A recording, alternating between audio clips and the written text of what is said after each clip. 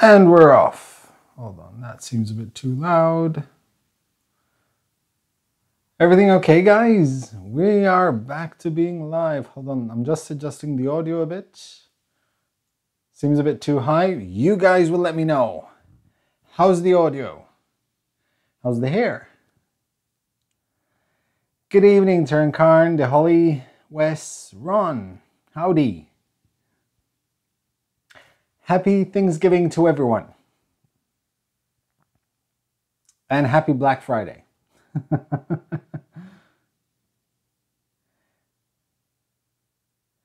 No. Oh, thank you. I have a Portuguese 3D Maker Noob fan club. Hey, Hobby Junkie. Danny, 3DP Iceland. Salvatore, Timothy. Awesome. It's been a while. It's been quite some time since I did a live build, or a live stream for that matter. Wow, okay, this is filling up fast. Big Ben, how many entered the STARTT giveaway?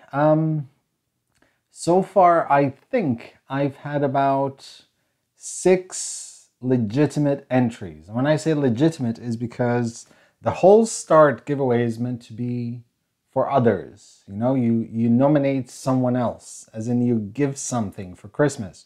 I've had a few people nominate themselves, which was a bit disappointing, but it happens. Greetings from Colombia. Wow. Canada. Joe's hair is extruding. Yeah, very slightly. I need to shave it off. Right. Okay. So, first of all, I want to thank imakr. Well, I bought this printer right here. This is the STARTT 3D printer, which is probably the cheapest kit you will find. It's pretty much the same as the Tronxy XY100. I left a link in that also in the video description. However, I purchased this a few months ago and I kind of left it there in the corner because, you know, I felt it wasn't urgent. And then I decided to just give it away. I wanted to give it away to someone, so I posted on Twitter saying, you know, nominate someone and I'll consider sending it to them. But then imakr decided to do 4 more, and then I spoke to them a bit and they said, we'll send all 5 of them if you do a video on the STARTT. So I decided to do a live build. And we're still giving away 5, and I'm still giving away this one because I'm going to give it to a school here in Malta. So yeah, awesome. Hey Mark, guten Abend. So, okay, now, just to give you an idea, I actually checked the manual on this, and the manual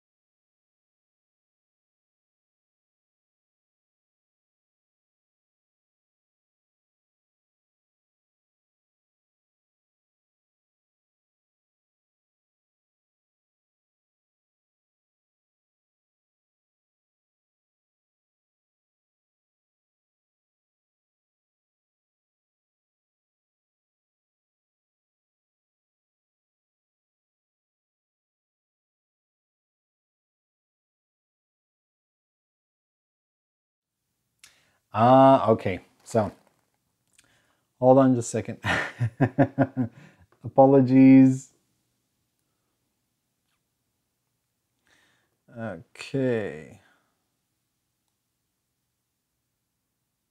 Okay, so on that scene, I forgot to put the audio capture.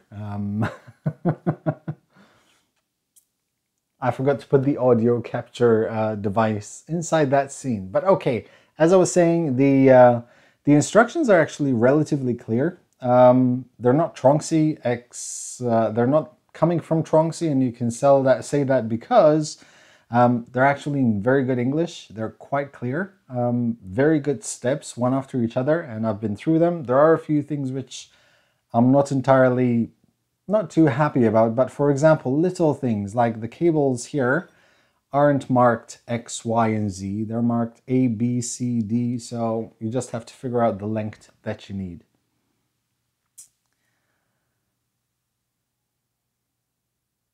Nice, 3D Kid, congrats.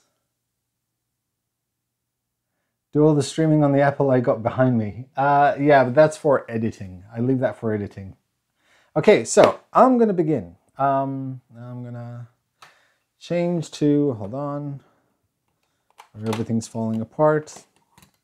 Had a bit of a panic moment before this all started because my camera wasn't working. I thought I was gonna have to postpone, but thankfully I didn't. So I'm gonna start from there. I'm gonna open this. Hi, Dennis Santiago. Good evening. Is this a rebrand of a Tronxy then? Well, technically speaking, it's literally a Tronxy XY100. In fact, if you grab this, hold on, because I can't see myself. Not sure you're going to see it there, but you can actually see, whoop, Tronxy or Tron XY. So yeah, it's essentially the same thing. So we'll see. My experience with Tronxy is not that great, but hopefully this will fare better. Okay, so I'm gonna begin. 6-hour build with chat going. Nah, it won't take that long. Trust me. I'll give myself, it's 10:30, 11:30, an hour and a half to 2 hours, and I'm gonna have this done. I promise you. Let me just fix a few things so I have everything at hand. There. Okay. I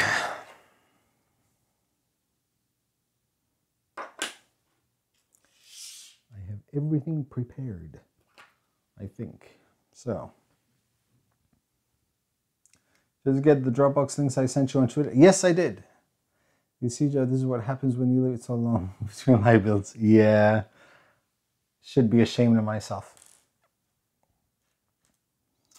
I haven't done as many live builds as I wanted to. The thing is, I actually have, I have a few printers, which it's not that I'm not too keen on putting together or review. I'm just not actually, yeah, that's the thing. It's just feels like I'm not that keen on reviewing them, but I might actually just leave them for live builds. I'll just put them together for live builds.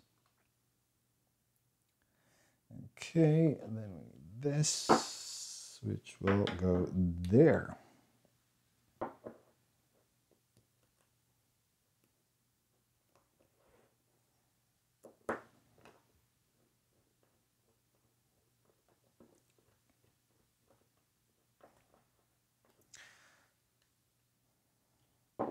Interesting.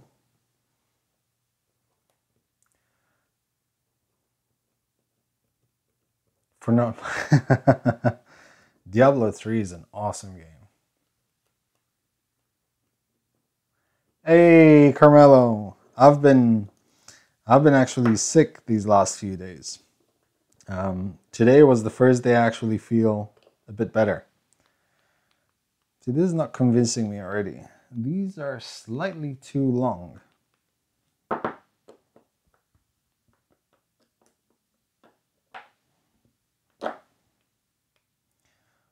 The screws are just a little bit too long. So there's still a bit of play, just a little bit. SD card instead of using one from the USB chip.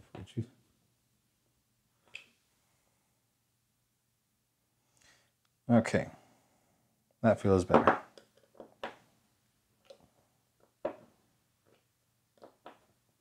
Okay, so that's one. That's step one. Step two is this.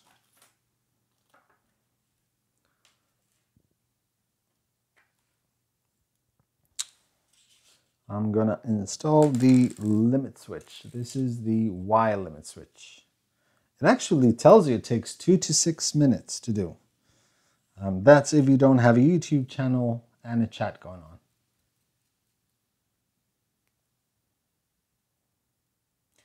Hi Amy. Hey retarded cuber. You must really love my Rubik's Cube robot.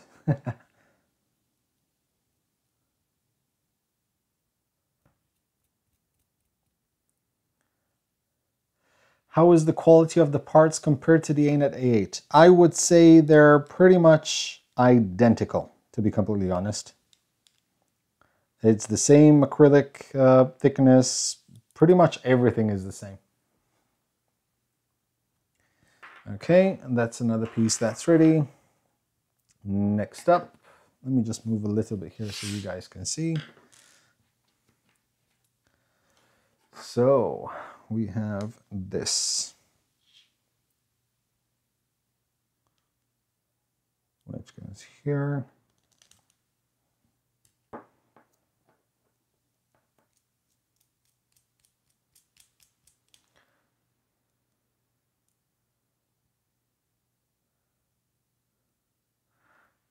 Yeah, the ANET A8 just went through a complete overhaul.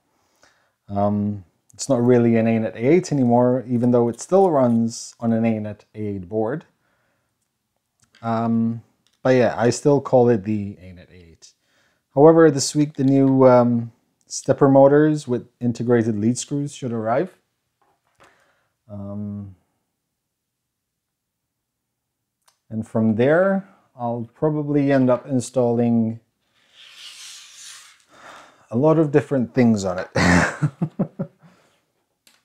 Okay, so we need this to go here. Hold on.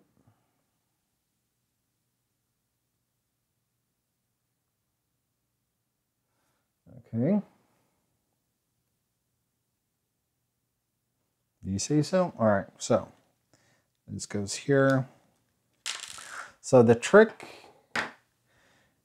with these guys here is you insert the screw, well, the nut in there, and you hold it with 2 fingers. And that makes life much easier because it doesn't run off.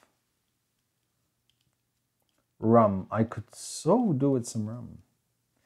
Prusa i3 coming when? I hope before January. I hope before January. I have 2 ordered. Yes, I actually purchased 2 Mark IIIs. Joseph Prusa offered to send me a review unit, and I decided I will purchase 2 i3s. Many reasons. One, I already love that printer from what I saw, and I want to stop that rumor that it's a paid review. It's not. I actually paid for the printers. Another thing is that I want to support companies or people that actually evolve this community. And that's what Joe does. And while I'm sure my money is not going to make that much of a difference for him, I still support him. See, that could have...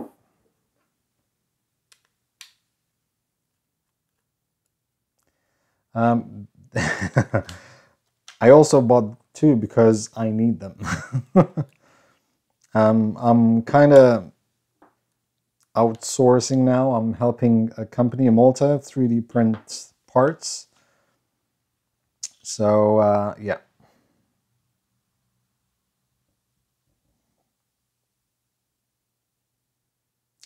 Hold on.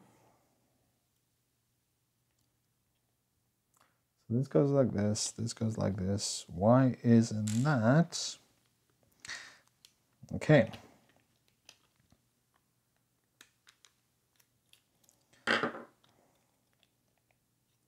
I forgot what happens when you're on chat. You start talking and you make mistakes.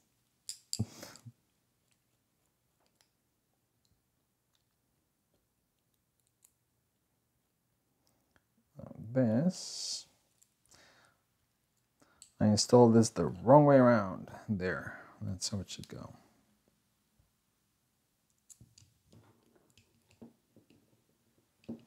Two hours, you say? Yeah, 2 hours. I'll say 2 hours. I'll still hold on to my 2-hour claim. I'm going to try less, but we'll see.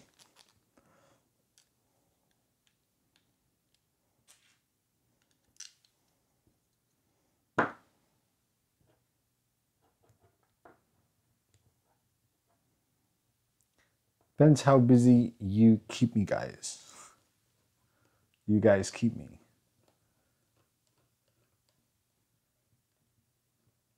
Yeah, I actually need... See, that's the thing.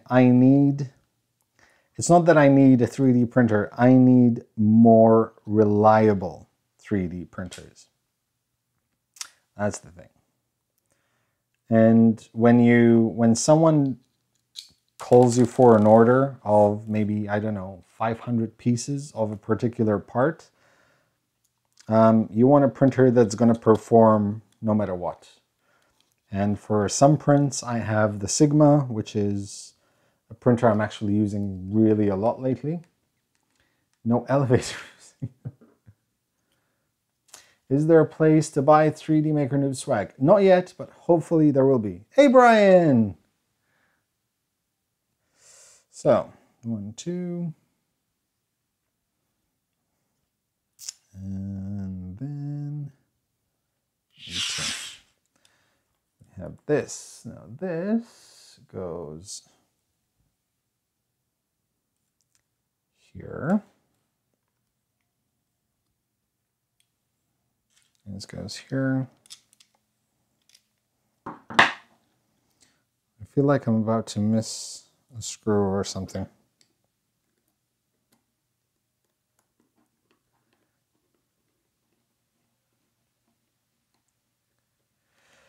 Did you see a Tronx X3S in a previous video? Yes, you did.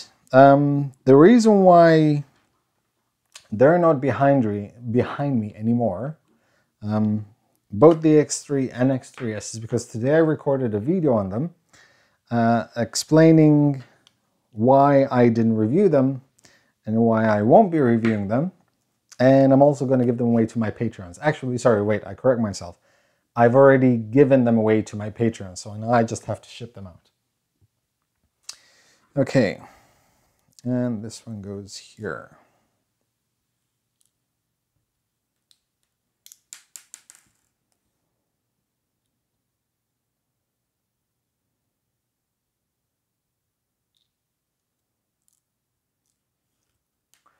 I'm gonna need some tweezers.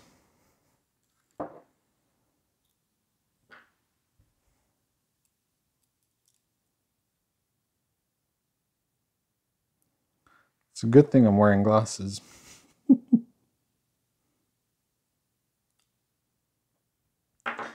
that should do the trick. There you go.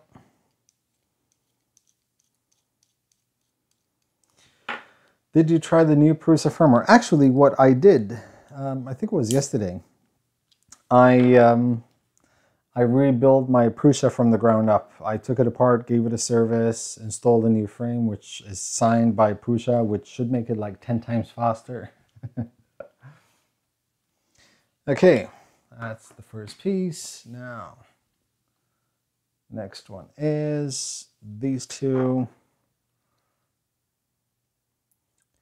which are going like that.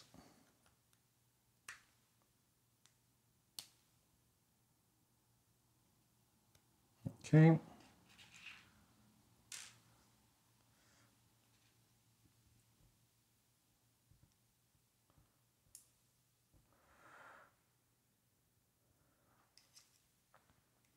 See, I'm perfectly happy with my Mark II as well. I'm very happy with it. But The Mark III offers a few things which I really want in a 3D printer for me personally.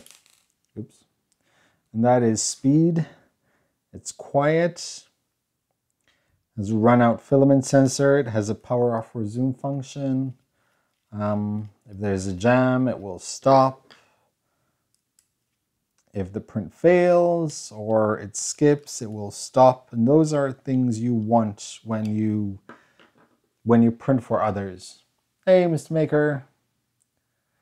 Will you be doing a follow-up on RaiseCube? Yes, I will be. I'm actually printing a lot of test prints right now as we speak, because I will be doing the review for it. I have to say that the RaiseCube is probably, so far, my favorite Chinese-made Prusa i3 clone. It's proving to be quite solid, so I'm quite happy with that.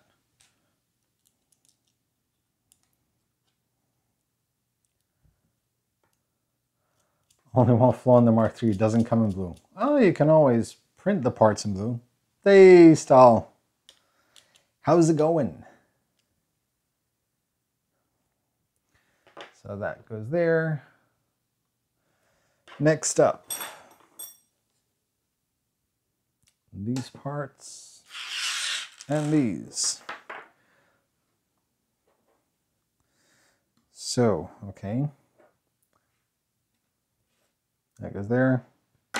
That goes there.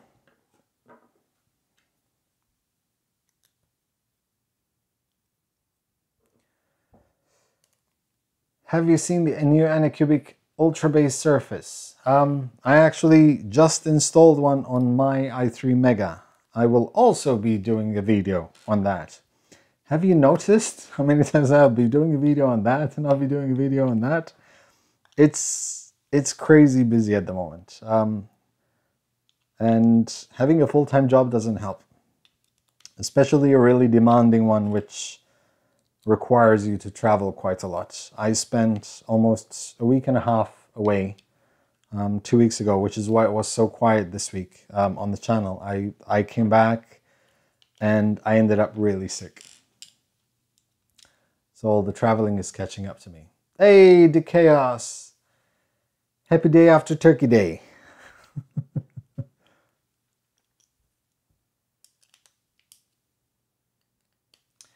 Can you make a tour in your shop?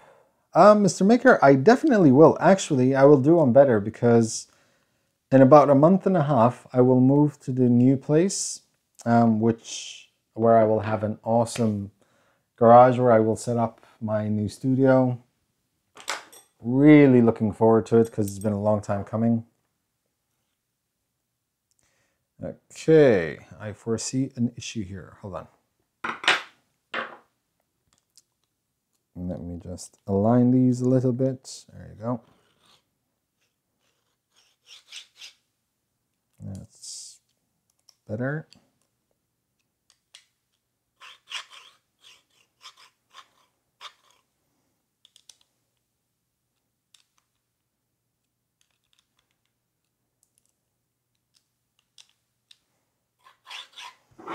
Okay. Those go there.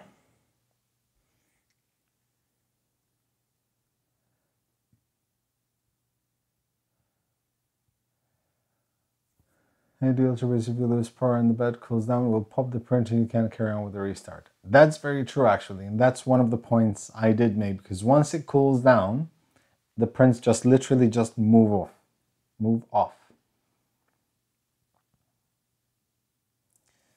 That's there. Next step. These two. And these two. So.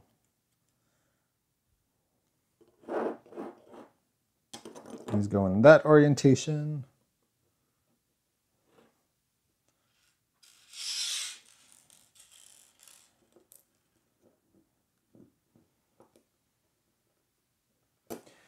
The STARTT is our acrylic. Yes, it is. Do I have any fears of cracking? The thing is, I've assembled kind of like enough now to know how much to tighten the bolts, and while sometimes you might hear a snap, it won't break that easily. But ideally, yes, it wouldn't be acrylic. But at the end of the day, this is a $100 kit, you know? For someone who wants to start off in 3D printing and doesn't want to spend too much money,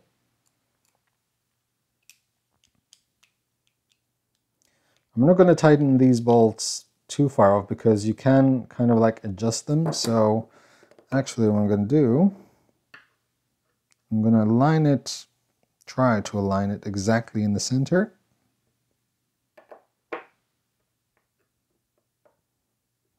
And then move it again.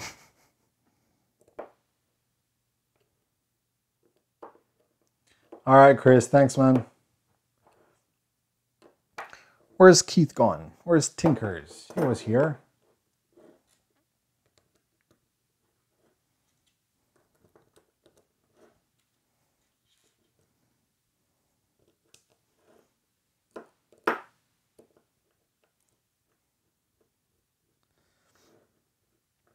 So, quick question to everyone.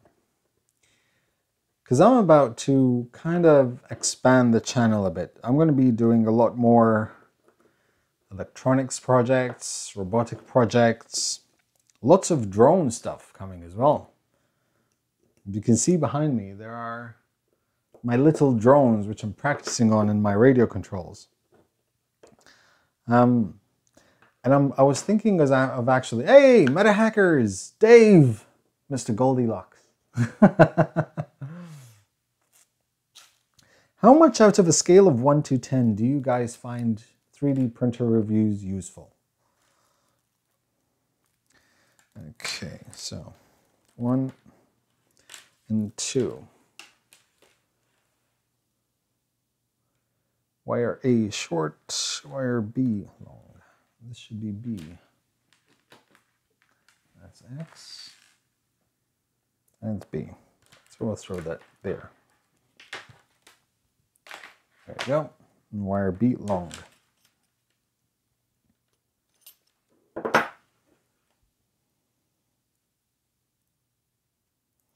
DJI Spark. Yeah, that's... See, the thing is, the DJI Spark is... It's great. It's a great drone. Although slightly expensive. Why is it... Oh, okay. Wrong number. Wrong end.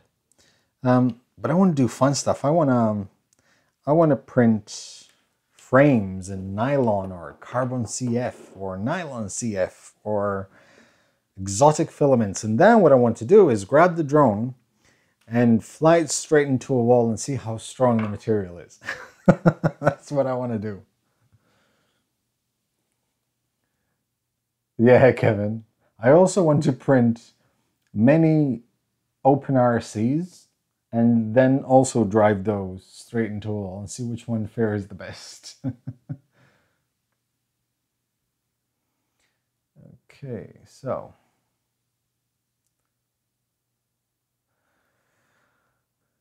Which one is the left stepper? Place acrylic piece on top. Pay attention to the orientation of the larger hole and the Attach the wires to the stepper motor's wire. Okay. Wire B long is for the right stepper motor. Did I attach it? Oh, yes, I did. That was a fluke.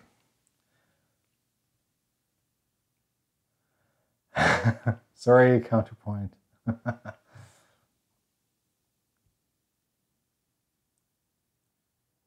Imagination to form it. Well, strictly speaking, it is scientific. It you know, I just have to find the right formula.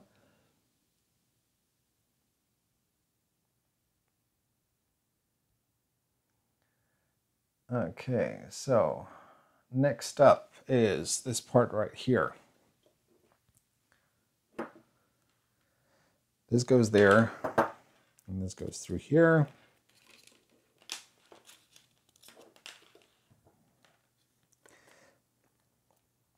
As for this printer, the STARTT 3D printer, I'm not expecting it to be anything, you know, wow, but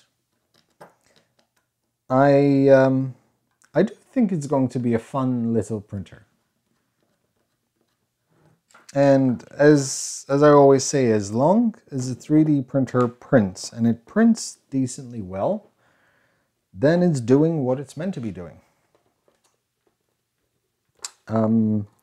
Which is not exactly what I can say about the 101 Hero.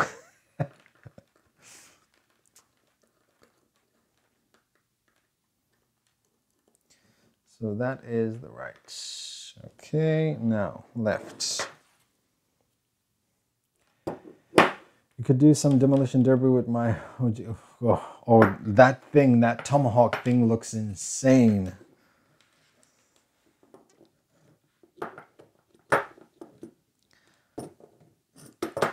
I wonder if I can get Gearbest to send me drones. I actually went a bit wild on 11/11. Amazon Alexa, you don't order anything in this stream. Sorry, Brian. I actually, oh, by the way, yeah, I on 11/11, I bought quite a few things from Gearbest actually, and I did it for a few reasons. I wanted to see what the experience is like. I haven't bought something from Gearbest in a while. I usually buy from Banggood, to be completely honest, because they offer DHL shipping. Very cheap, very reliable. When I order something, within 5 days, it arrives. But I did order a desktop CNC machine from Gearbest to try out. I would love to do a live stream of building it, but it doesn't come with any instructions. So I feel that I'm going to need some me time for it. Okay, that also goes there. Now, these things require...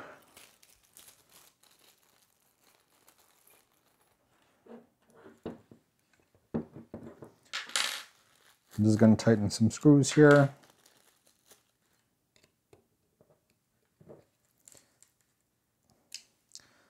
That's one way of... There you go.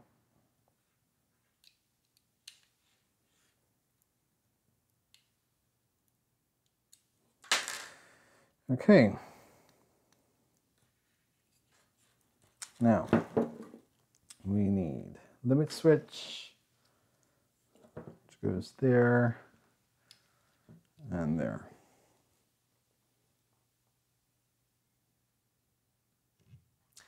I may have sourced another OG Tomahawk in Germany in trade. Nice. Oh man, Germany. I think I've been to Germany way too many times these last 2 months.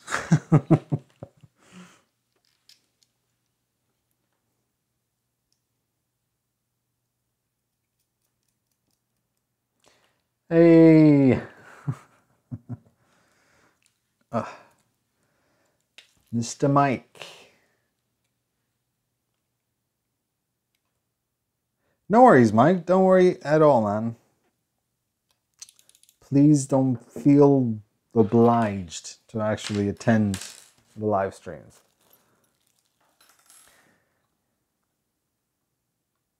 Okay, so then divides by 2. All right. Now, I'm going to put this to the side here for a little bit. Then I need this.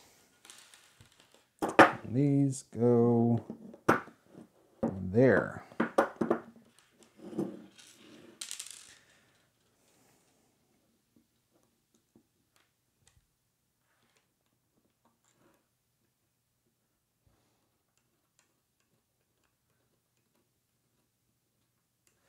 What will happen if ANET's 8 power supply gets too hot? It will definitely burn out. What I would suggest is one of two things. Initially, you can have a fan going on it to keep it cool.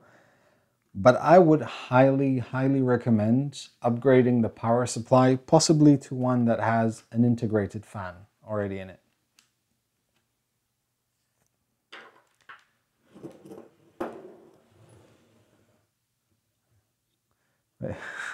That thing's not put together. Soon. It's going to soon be ready.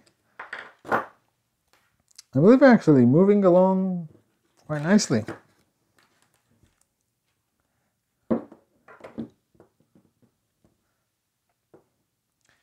So that goes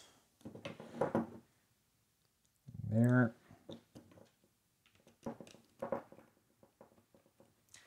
Hey, Danielle. Shana.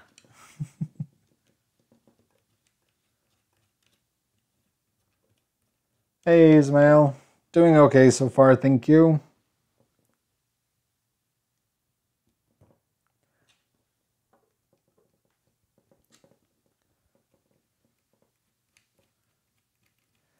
All the ribbon cables required and the fan wiring covers. We're not frayed. Not on this. Everything seems fine. Everything seems fine so far. We'll see when we assemble it. When we'll start it. So now we need a limit switch. We need this limit switch. I'll put those there for now. These two. And this goes that way, and this goes that way.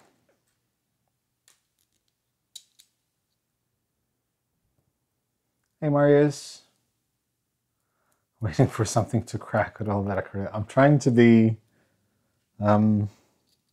sensitive to the acrylic's needs. G'day.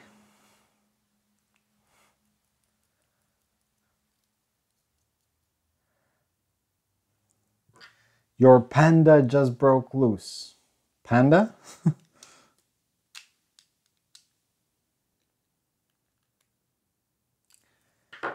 Okay, now this has to go, wait, hold on. That goes there. And this goes, it goes there.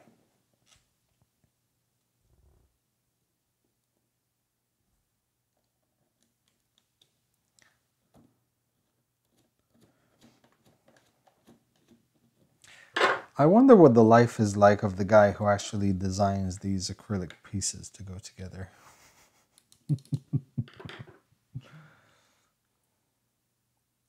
Oh, Bnork, thank you. Thank you very much. Hello from Sweden. Tjena Bnork. Tack, actually, I should say. Tack. Thank you. Thank you very much, man. I appreciate it. Guten Tag, Keegan.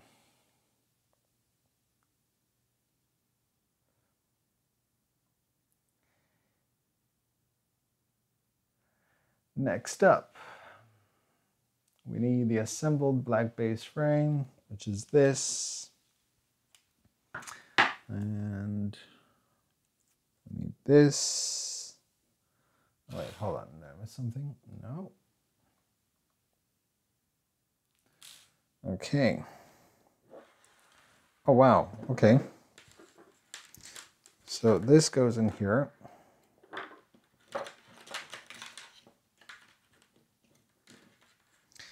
And then this goes there. Let's put those there for now. Like that. We need 4 of these. 2 go in here.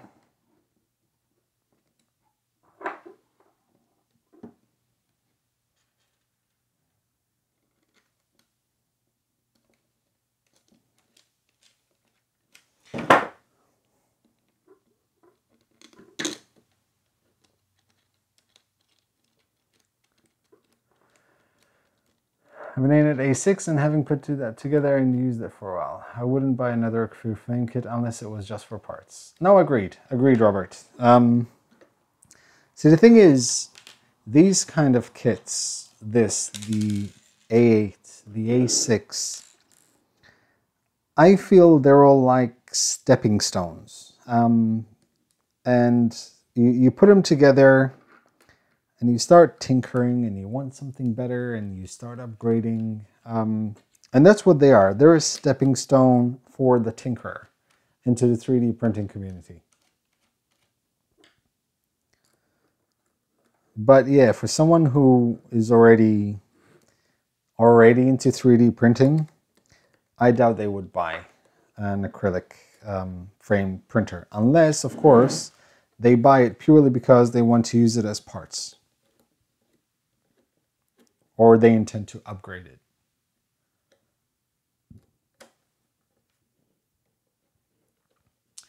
Tak se ja temiket?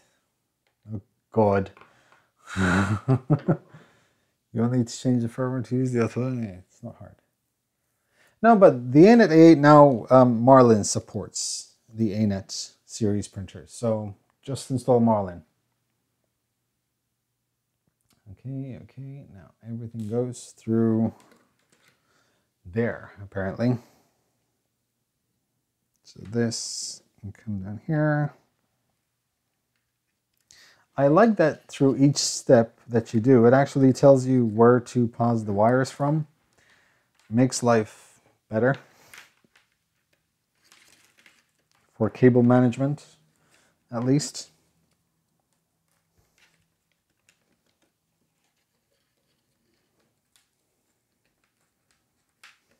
It goes there. You know what? I'm actually going to pause this one through here as well. Hopefully I don't regret it. Okay, next up, DC power switch.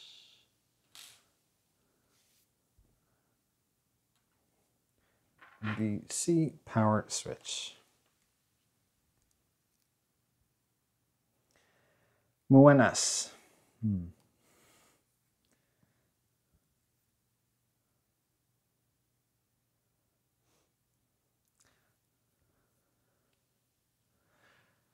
Next up, this thing, yes, in that case, should go here. Yes. That goes there.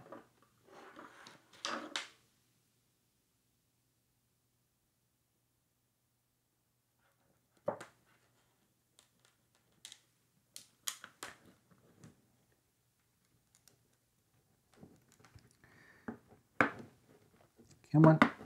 Yes. That's a really good fit, actually. Oh. There we go.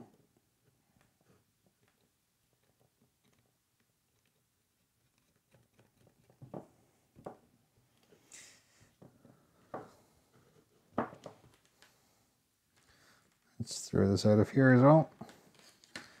Perfect. Next up is threaded rods. Oh, threaded rods. Don't we all just love threaded rods? Let's put it this way so you guys can see.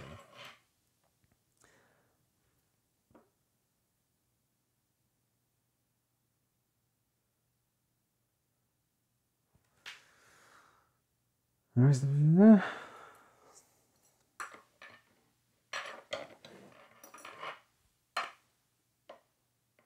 Should I build and set up the printer with the sensor or the limit switch? First, I'd say assemble it, put it together, and then install the sensor afterwards. And Victor, yes, I should be attending at some point. I will be on the stand of Malta Geek Paradise. Okay.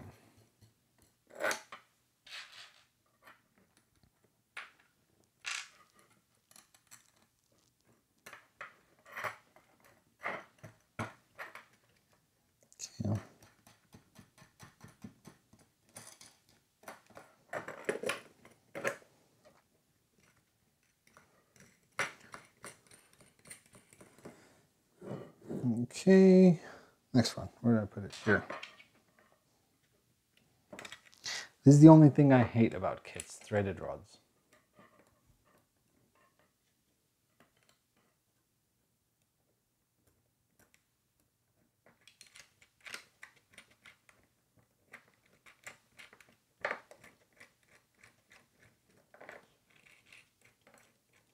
It'll be going on Sunday. I'll probably be there on both days.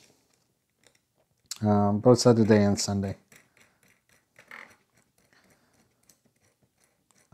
Chances are also I might do another live build next week as well.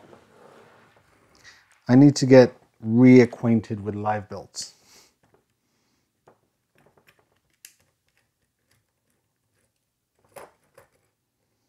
Okay, so that goes there. That one goes there.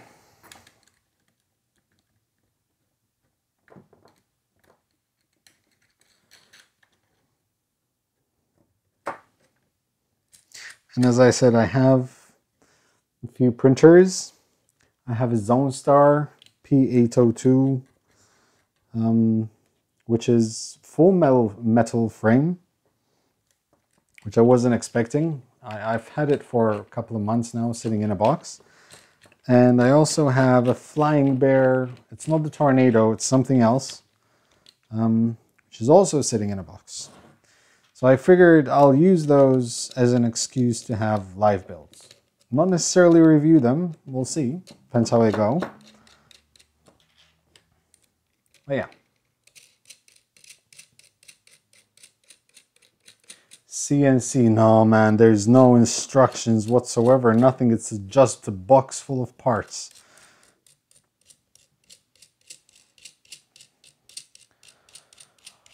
This is what I don't like.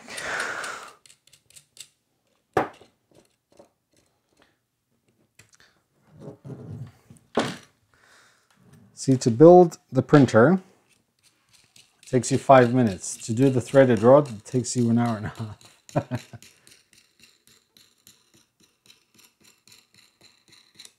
Live build from the con. Oh no. Although it wouldn't be a bad idea to actually assemble a printer. It would definitely pique interest. Not a bad idea at all. Does the STARTT have a big community? While the STARTT might not, the Tronxy does. So you will definitely find upgrade parts. But to be completely honest, for what it is, I don't think it really needs that many upgrades. No, I didn't get the Flying Bear Tornado. To be completely honest, I thought, well, they told me, Flying Bear actually reached out to me and told me they were sending me the Flying Bear Tornado, but I received something else. And then I kind of told them, like, didn't you say we're sending me the Flying Bear Tornado? And they told me, no, we're going to send you that first to see how you do the video. And then we'll send you the Tornado if all goes well. So, okay. So you're going to base a second review. So you're going to send me the bigger 3D printer based on if I do a good review of the first printer. So I kind of left it in the box just to spite them.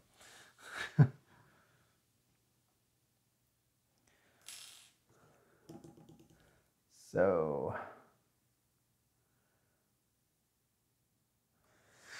now I need two. This goes like that. Can't see, there we go. So that will go there, okay. This would go here.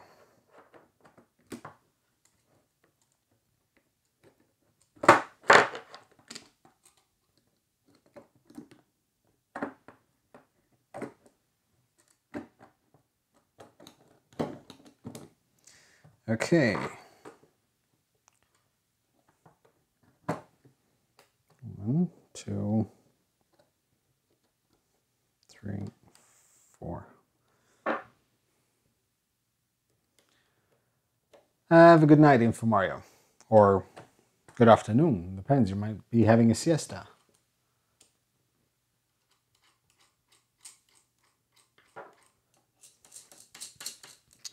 I don't think it's because of Angus's review, because They sent me the other Flying Bear printer probably about 2 months ago, and they kept on insisting that I do a review before 11/11. And if there's one thing I don't do is let companies dictate when I release a review. I'm not going to rush a review. It's as simple as that.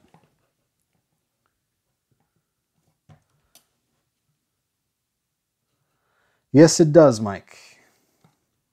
And I'm actually, that's why as soon as I saw Angus's review, I was actually quite glad that they didn't send me the printer, to be completely honest. I wonder. They actually, so this is interesting.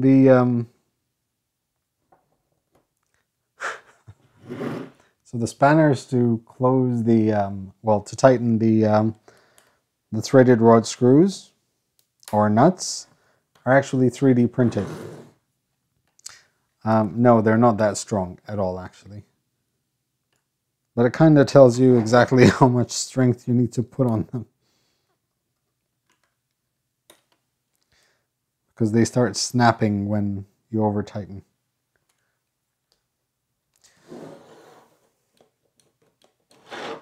Getting there. We're about halfway done. And it's been about an hour. Next up, zip ties and...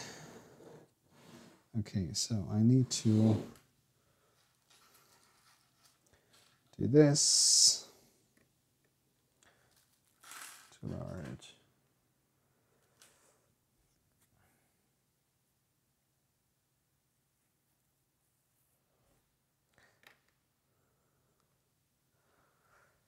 Where's the... There we go.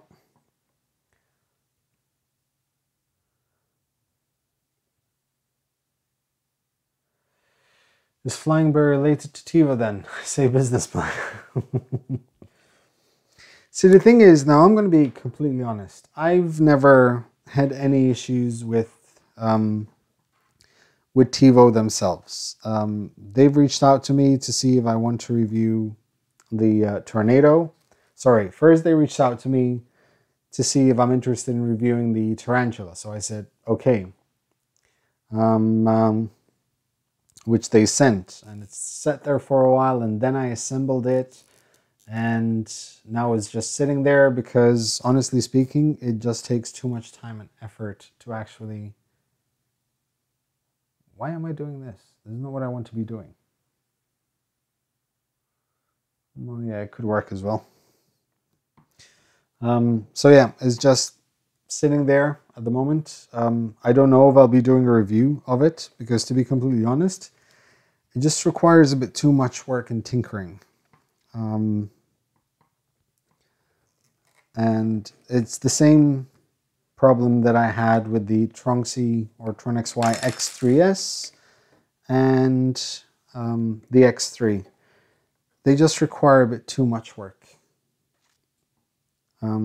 Because it's not the kind of printer that will work right out of the box. It requires time, effort, printed parts, upgrades to get it to work.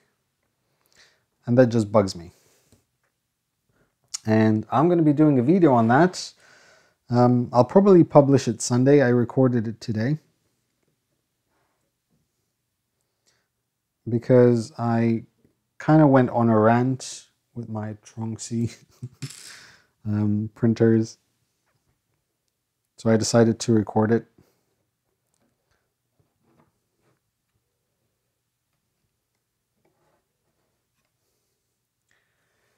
Okay, maybe better if I just did that.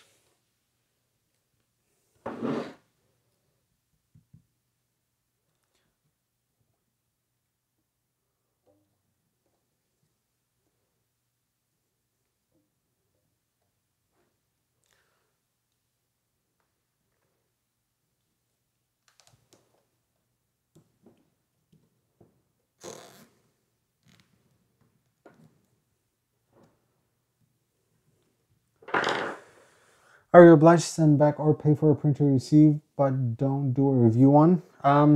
To be completely honest, if they tell me I need to send it back, I'm very happy to.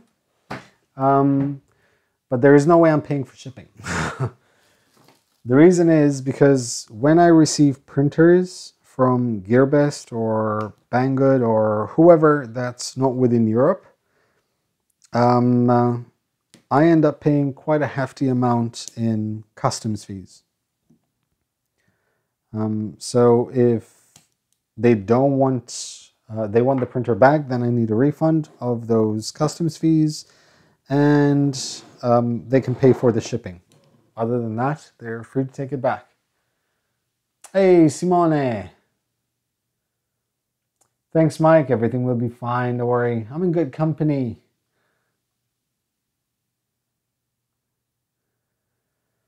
Next up, these things. So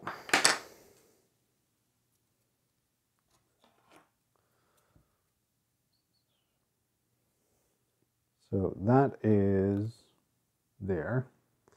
Okay, that is there.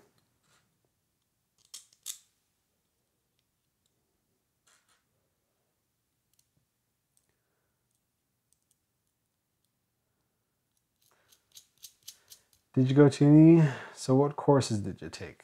Me, I never went to university. Not that I'm proud of it or anything, but I had quit school when I was, I think it was about 16. Had a weird life story. My mom was struggling a bit, so I kind of decided to stop going to school and work and help my parents and everything. And then we moved and just started working from job to job, and I started studying a little bit, but I always was intrigued with everything. So yeah, these days I actually have a very good job, which which supports me, which supports my family, it supports this channel. So I was very lucky. Now, how does that work out? Ooh, okay. So first this goes up here.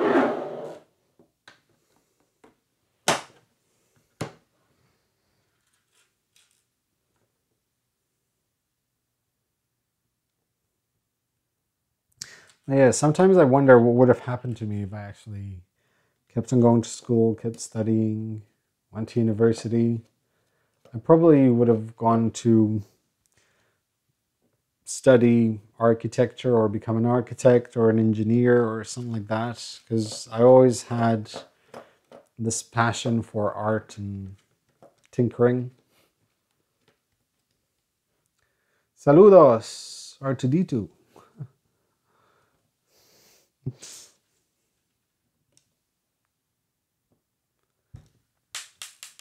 Come back here.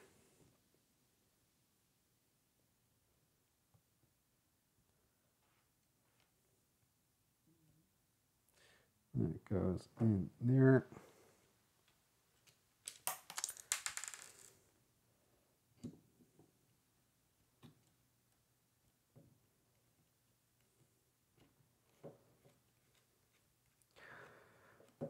Would gluing the joints on the acrylic frame make it any more rigid? Strictly speaking, I highly doubt it. I highly doubt it would. But I wouldn't do any harm in trying. I just don't see the need. It's not like you're going to be printing, you know, insane speeds with this or anything. But yeah.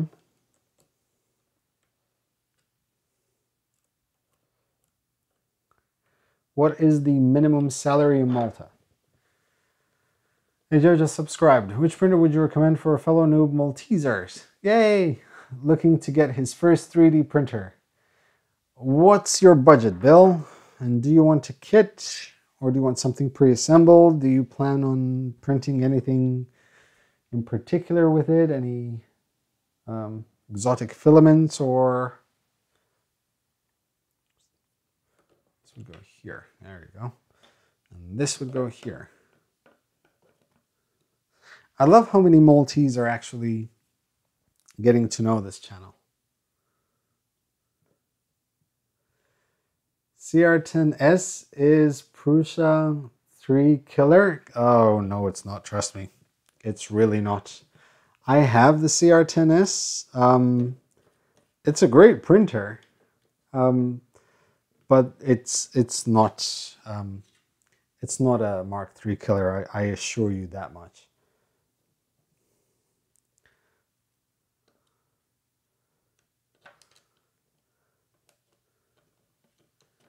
The biggest problem with the printer is the way the PTFE tube goes between x-axis and screen. It will probably bind unless you get a longer PTFE tube and route it over the LCD.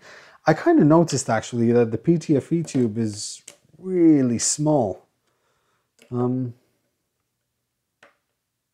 know I have a spare one, but it's somewhere hidden. I hide things in here.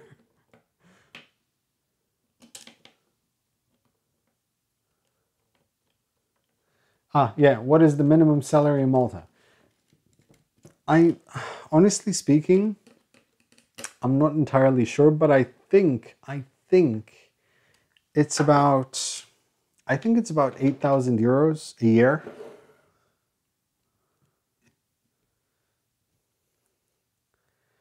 What is my favorite printer out of all the ones I have? I don't have just one favorite. I have several. And those are the printers I use a lot. And it's the Mark II S, it's the Sigma, and I have the CR10S, which I use quite often, and the Anycubic i3 Mega. Those four are the ones that I tend to go to if I need something.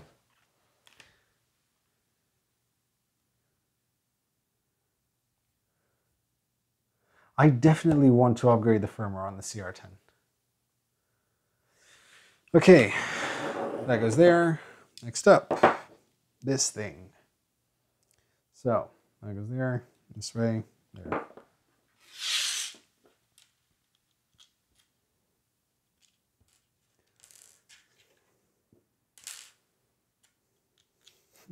Lull is about right, actually. It's a ridiculously low salary. For minimum wage in Malta, it's ridiculous. Thanks, Victor.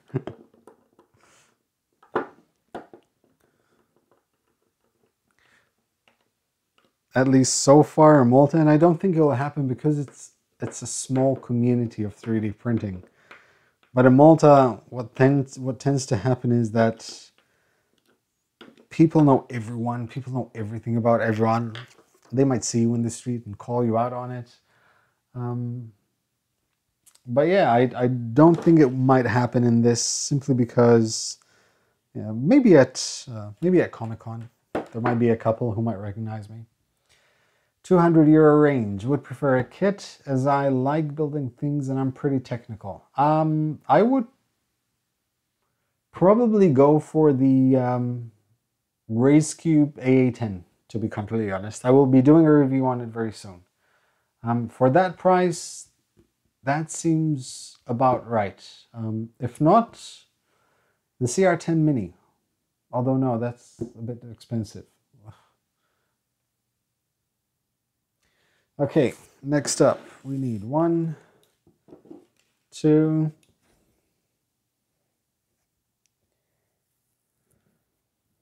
is it possible to brick a printer with a bad firmware? You can always clean it and redo it. As far as I know, you can always clean it and redo it.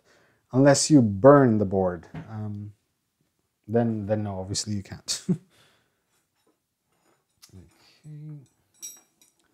So now I need...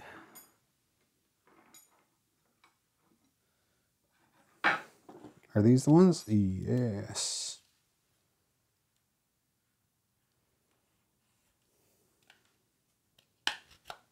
That's 1. That's 2.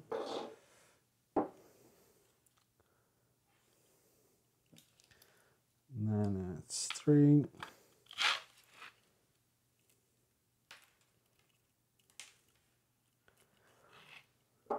And this one goes here. Come on. You can do it.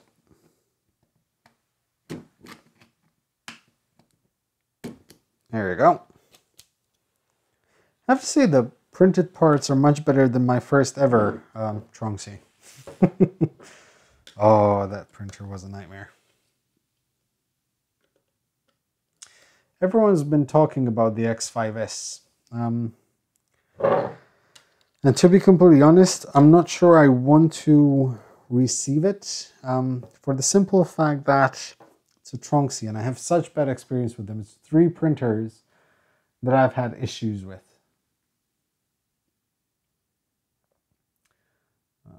Okay, so open these. These go in here. That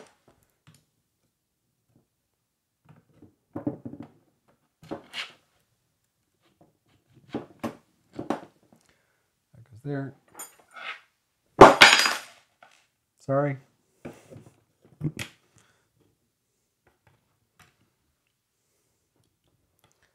Ooh, this is interesting.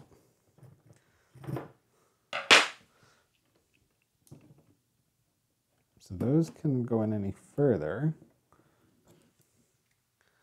These are not aligned.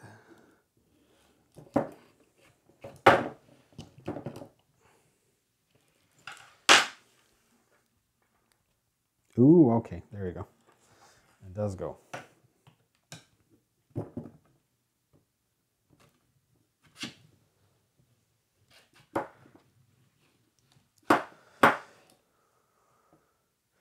X5S is the new CR10.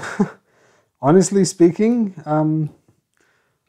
I don't know. I haven't tried it yet, so I wouldn't know.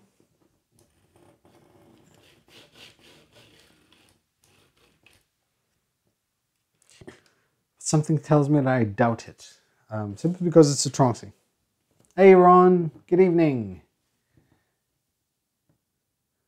Given that the A8 is a great entry level, but not mentioned safety issues. The A8 is a good tinkerer's printer. If you're a tinkerer, you'll enjoy it. But it will need work right off the bat, and you will need to spend more money to install safety aspects of it, upgrade it, buy a new power supply, buy an electricity switch so you can power it off and on. So you're still going to spend a bit more money.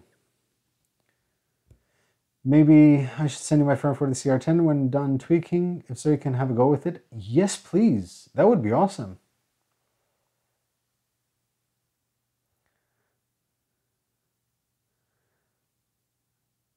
Now, okay. So, lead screws. Tiny, tiny, tiny lead screws. Very tiny lead screw. Oh, God. So these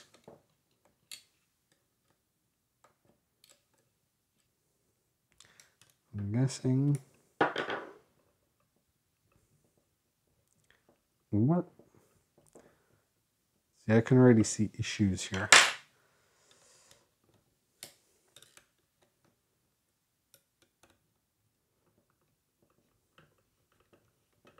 There we go.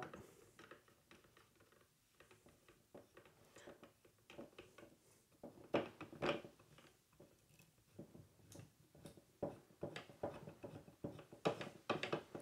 can feel that the lead screw feels quite stiff. Yeah, we'll see. We'll see as we go along. Also, that's not aligned. That's definitely not aligned.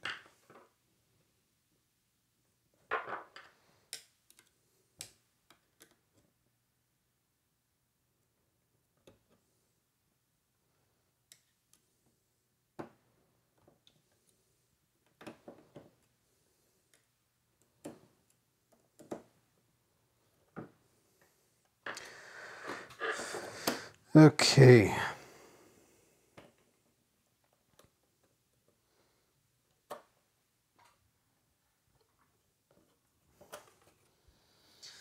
So, excuse me for a second while I go all quiet and silent and try to do this.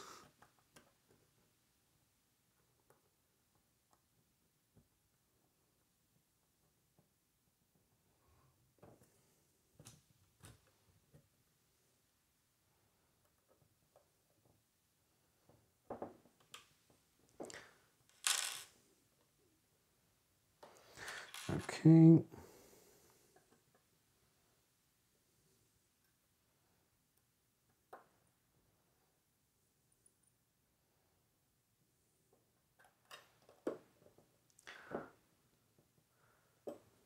WD-40.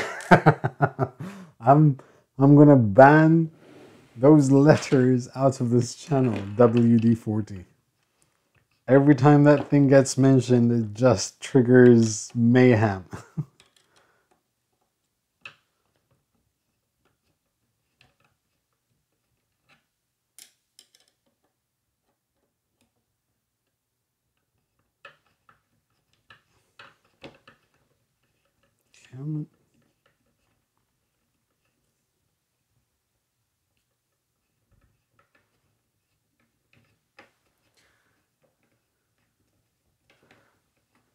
So, alignment is overrated.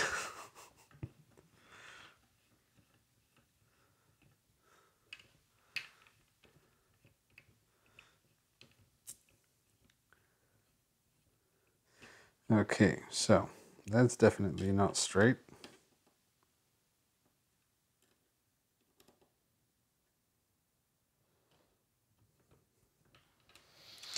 Okay, let's get that over there. That goes in there.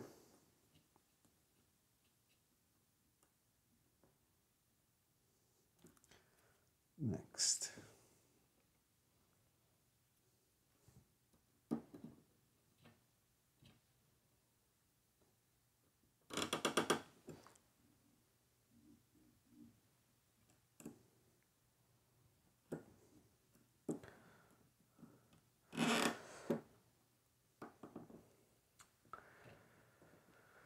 I'm off.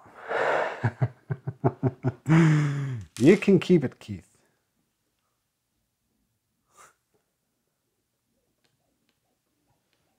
Okay. Looking half decent. That's done. That's also done. Now, another belt, another couple of zip ties.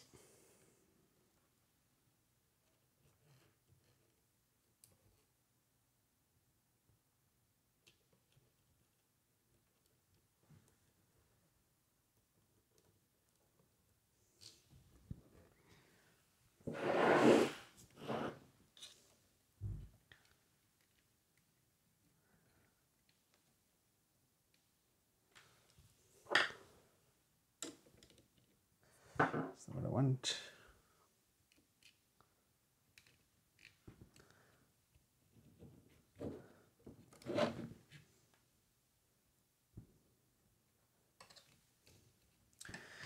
That's one.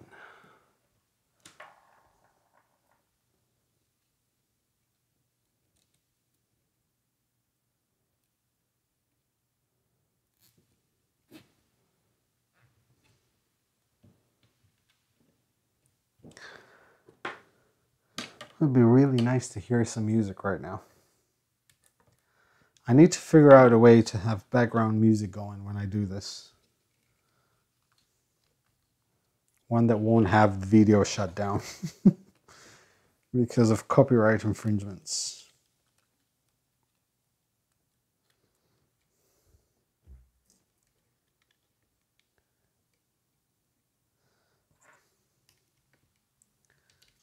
Okay.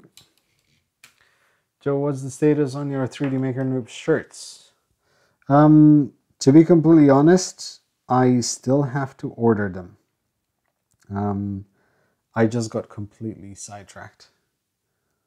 I want to do more than just shirts, just to have a bit of merchandise, you know?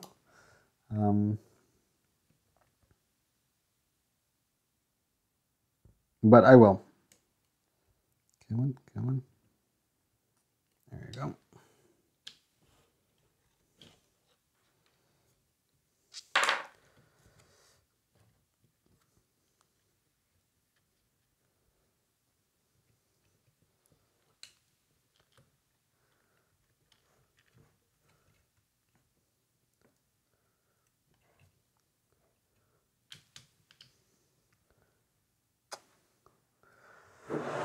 Oh, let me see how I'm going to tighten this up.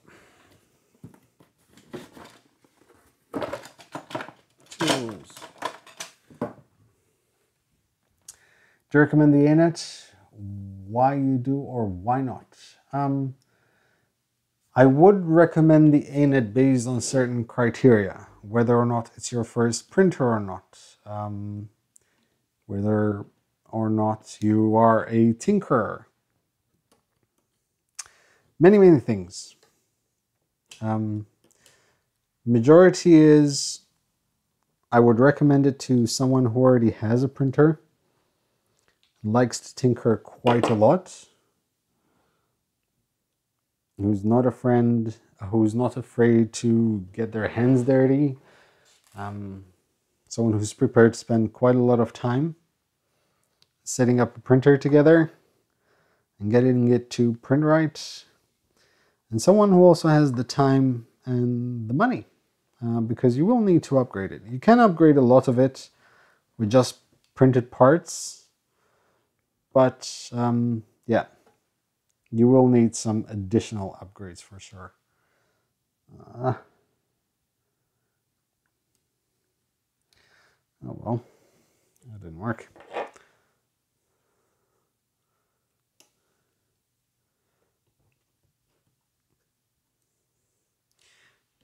We've been to the moon and back, and no one has seemed to figure it out the easiest way to actually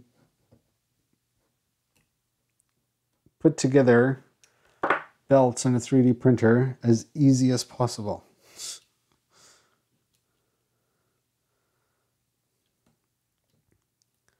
Okay, let me try a different way then.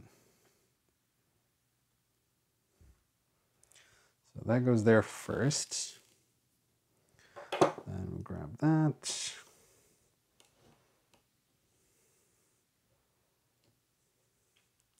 Aha. Merchandise Gozo cheese 3D printed.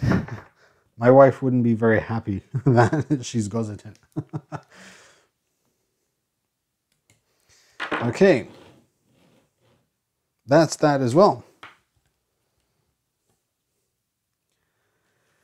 So far I'm liking the build. I think I will indeed have to nominate my nephew for one of these. He would be totally blown away if he could win. So I think I'll record a video soon. Do that, Patrick. Please do. So that's done. It's not that complicated of a build, actually. It really isn't. It's quite straightforward, actually. Wait.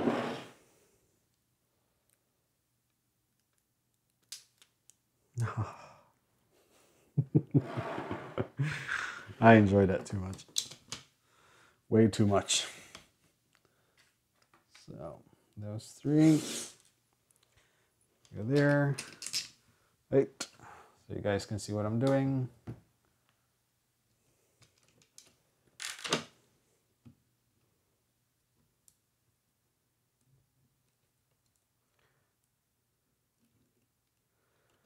Yeah, the belt tensioner mods would be very helpful. It would also be helpful if 3D printer companies actually included belt tensioners in the kits.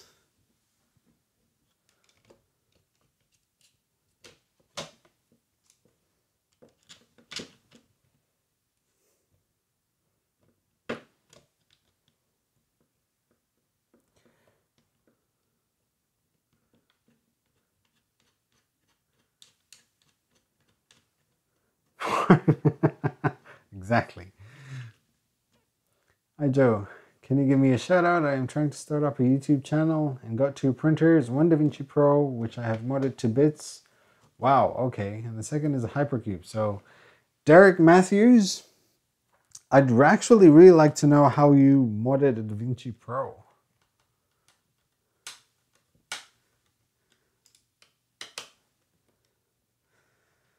So I should probably check out your channel myself.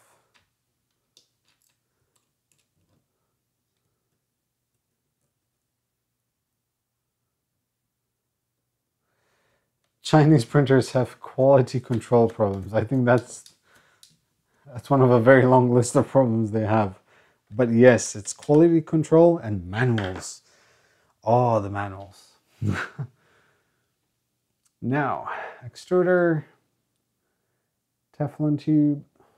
So, the extruder, Teflon tube, and cable.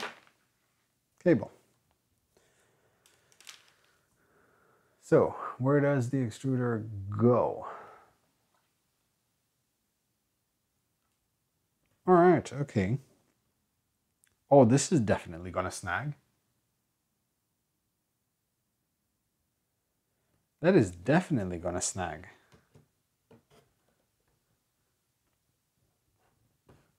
That's a really bad design choice. So, state. Okay, so if you think if you think this printer has potential, maybe do a small video with the best upgrades to it, like the init vids. I could try.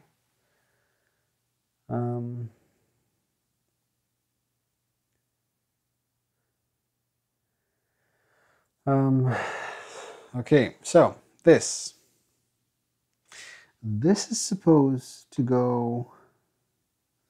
That doesn't make sense. Please tell me that's not it. Seriously? That goes there. Okay, so this is supposed to go here. But this really shouldn't go here.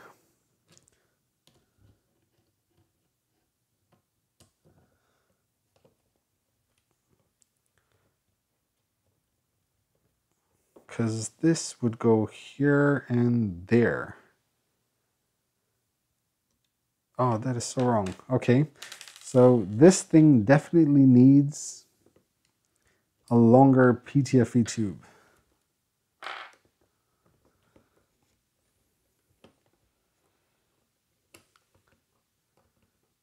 If only Meta hackers can have a European shop. So we can have the Pulse 3D for a good price. Yeah, I'm trying to get Dave from Meta Hackers down to Malta.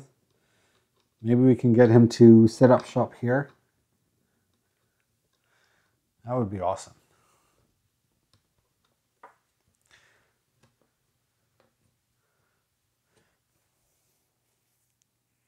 This really doesn't make sense to me.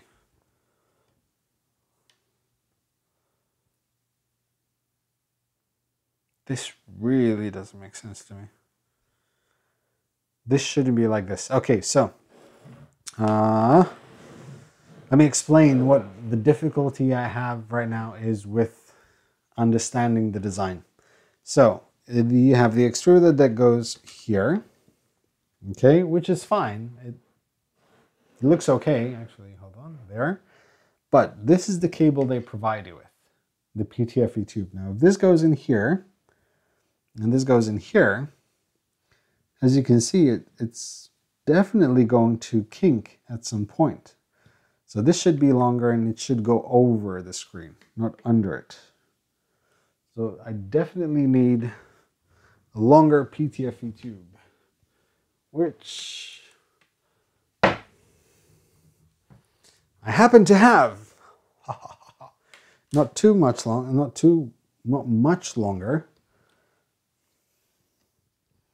Actually, it's almost as bad as this, but it's definitely better than that.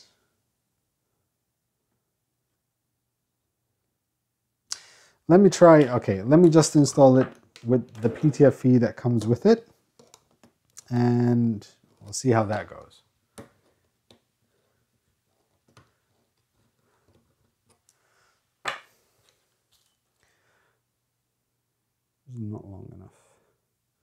Let me see if I have a longer one.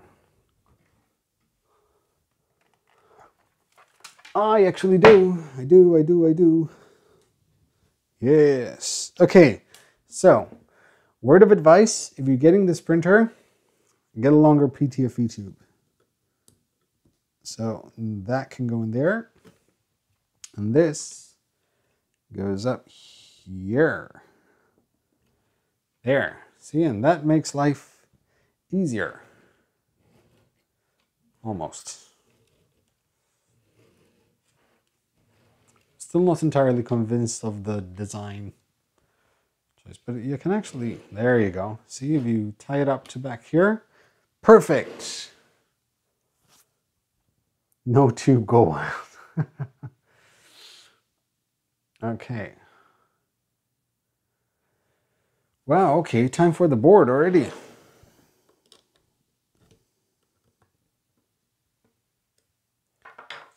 Next is we need to install the board.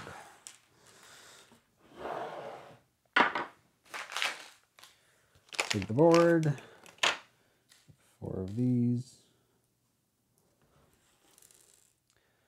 I need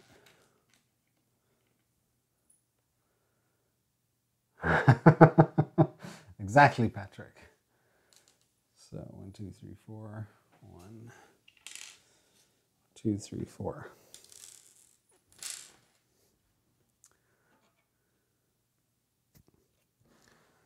This goes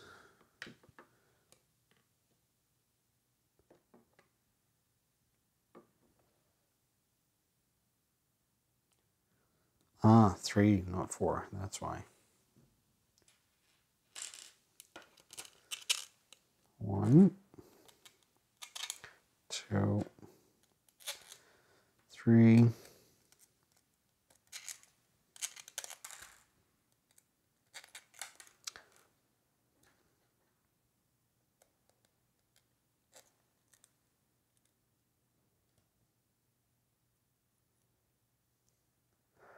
Concentration.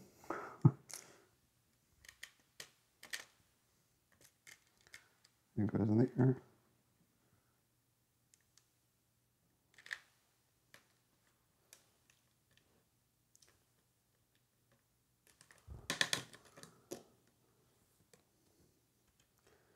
And that goes in there. Yay. Wait. Yep, that's the way.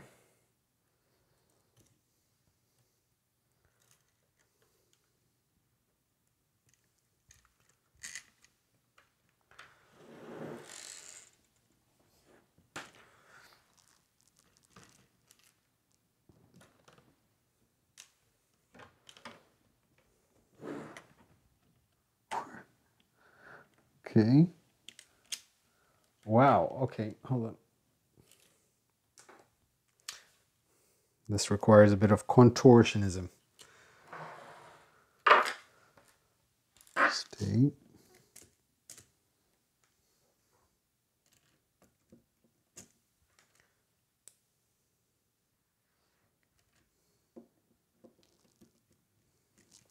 Perfect. So no unicorn PTFE tube. I actually ordered some. I have a kit on the way. I ordered the 2 types. There's the unicorn, and then there's also like the higher performance one. I actually ordered some of that as well.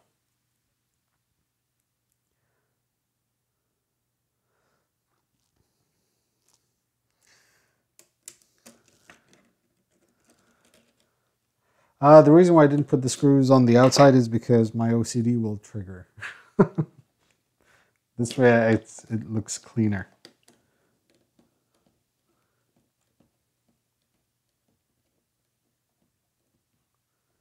Why not put screws from the inside? Oh, okay. Read that. Okay.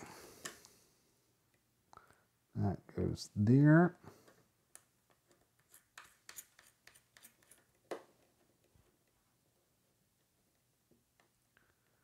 Unicorn, Capricorn. Exactly, Capricorn for unicorn. Okay, how to raise the hot end. All right, so that's done as well. Next is the bed. Let me just get rid of these.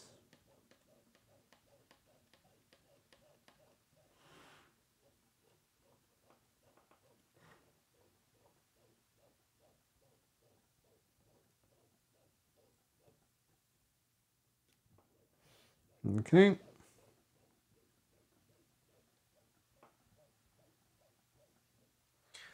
Then the bed. We're almost done. Almost done. So close. Stay. I was there.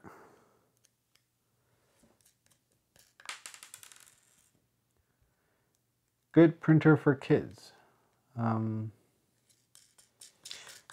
So far, honestly speaking, I see this as a fun family project.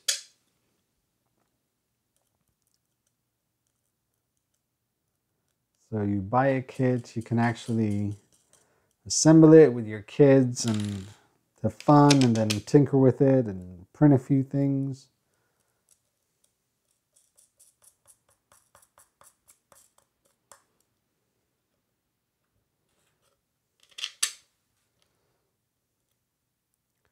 I'd say so. Honestly speaking, I'd say it's relatively easy.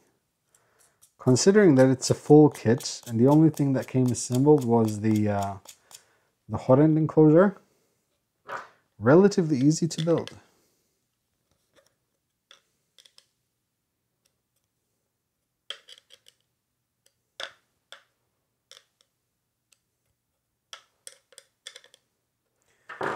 Okay.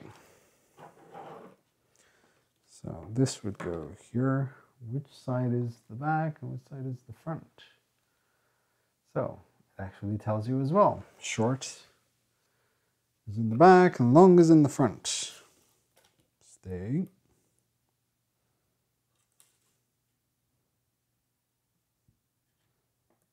Three.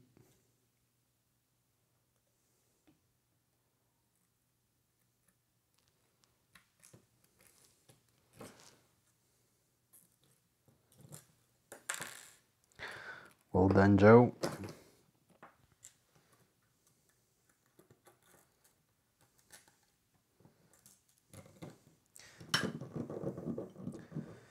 Okay. I'm just going to do this to make my life easy. Almost.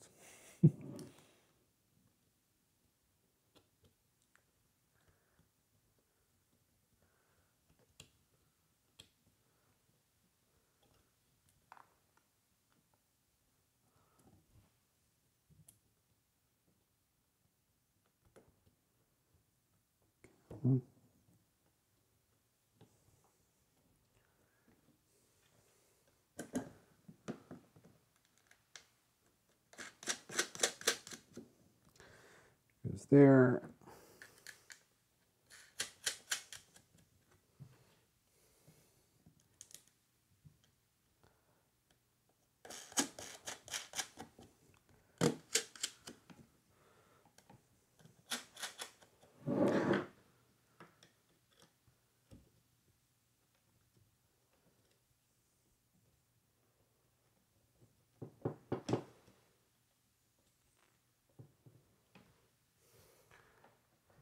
Come on.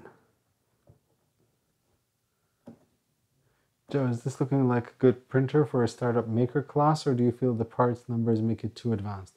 For a maker class, I'm loving this.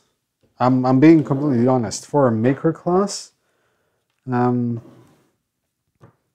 has all the components that any 3D printer would have.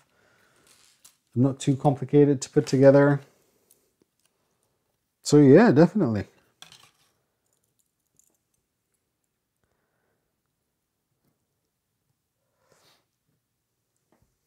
Let's see. Actually, no, not yet. Let me just not put these on yet. What else? Cable and this thing. So, 2 more cables to put in. First one is the screen. Second one is the Y.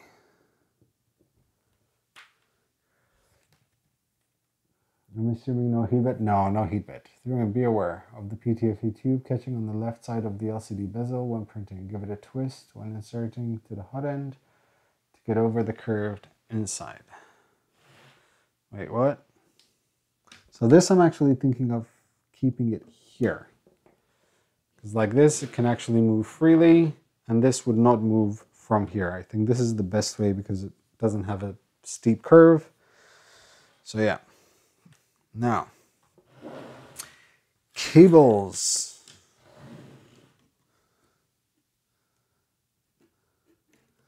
This goes there. Let me see if I forgot anything. That's wiring. Okay.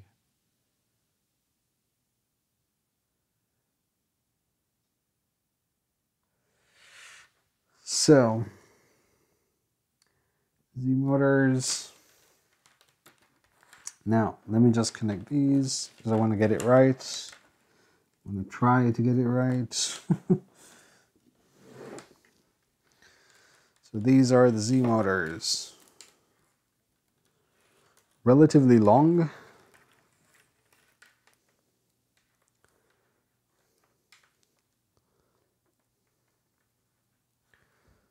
So that's the first one.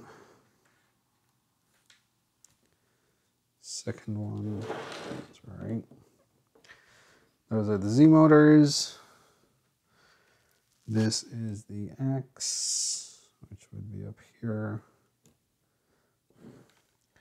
This is the Y.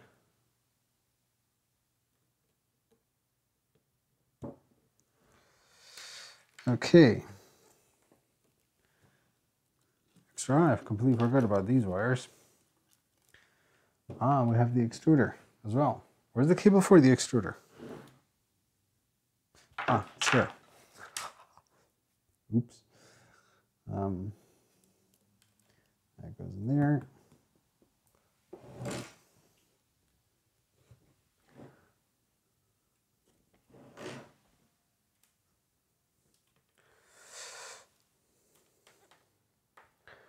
And that goes... Actually, let me pass it on through down here just to make it a bit neat.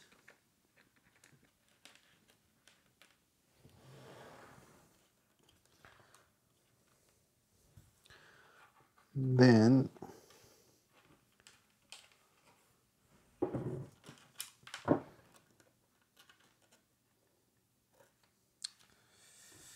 ooh, okay.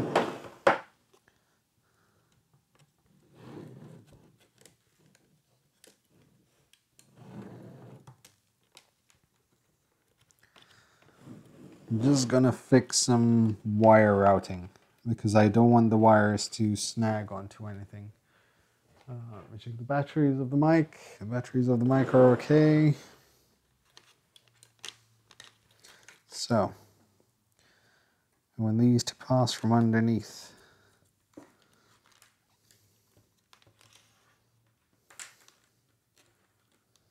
That goes there. This one goes underneath as well.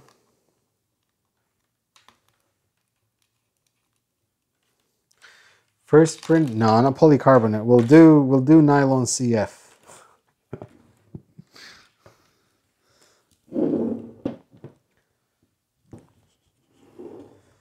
Stay.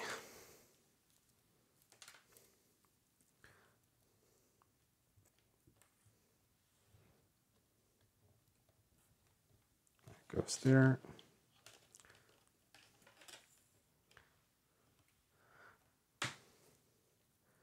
And these go here. There, nice and clean. Almost. Okay, so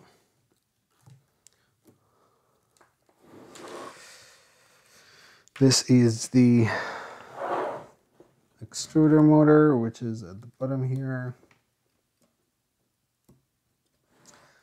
Then we have limit switches. That's fan, yeah, flex up, E temp, B temp, Z stop, Y stop, X stop.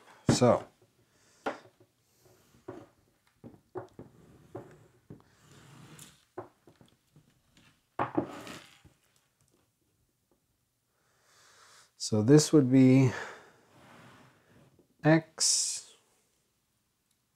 stop, which is here.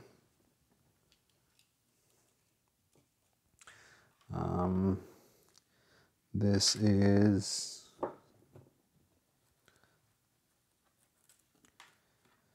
Z stop.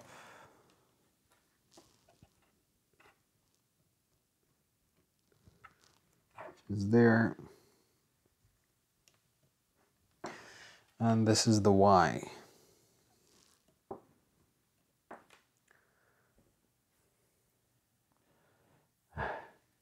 Is there about a tube clip designed for these China clones? Seems like different tolerances. I don't know, I think they're all kind of standard, to be completely honest.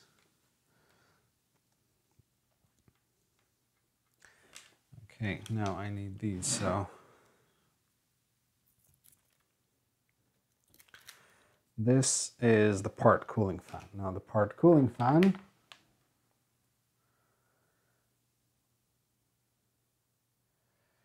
locate the red black wire from the big fan of the hot end and connect it to the white connector on the PCB. So this is the fan.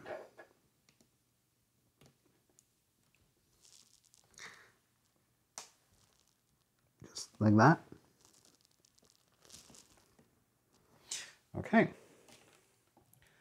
Next up is the hot end fan.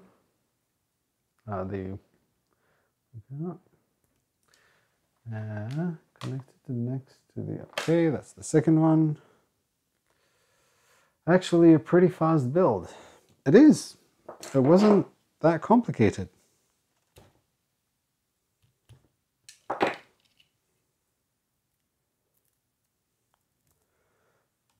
Let's see if we did it right before I actually say anything else.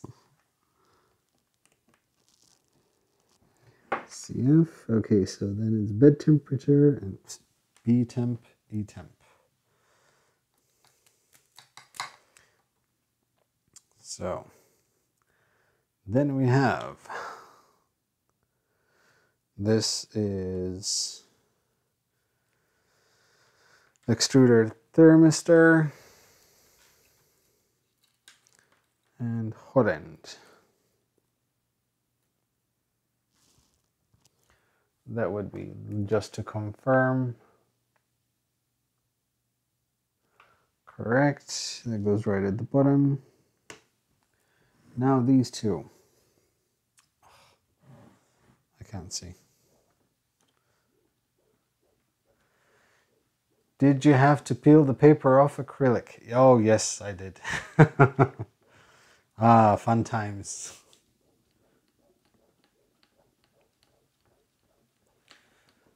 Hold on.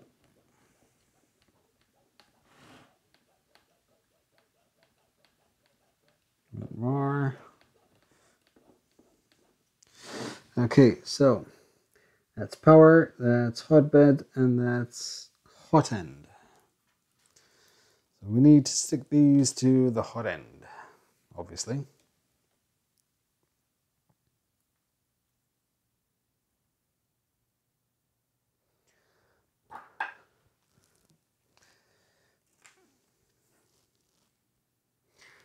Hot end.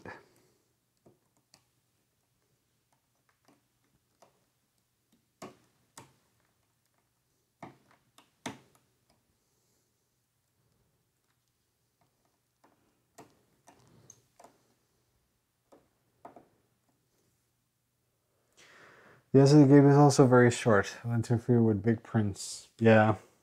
Although I can move it slightly to the side.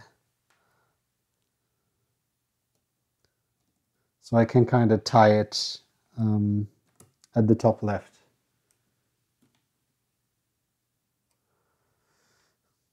Okay, next is power.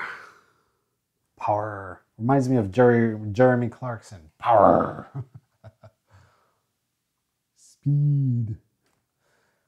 Where's the power? Let me just confirm.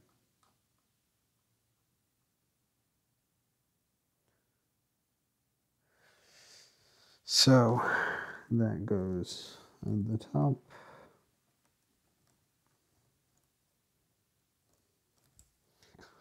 I'm inclined to say that I'm actually done as soon as I put these two cables in.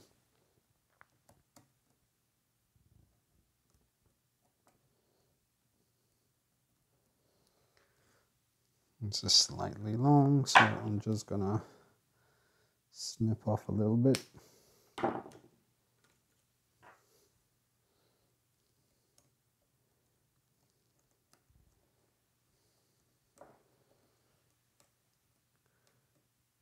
Cable solid. Okay. Ta-da! Things are turning. This is lighting. So I'm just gonna check very quickly.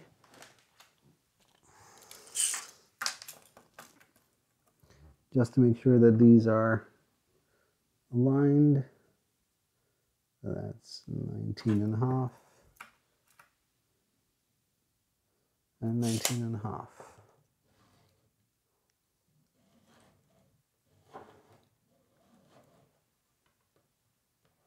Okay, that needs to be tightened up. This needs to be fixed a little bit.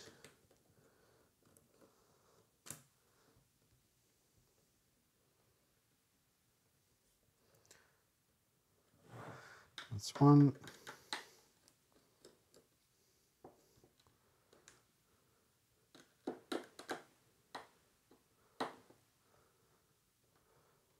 That's two. Yes, this.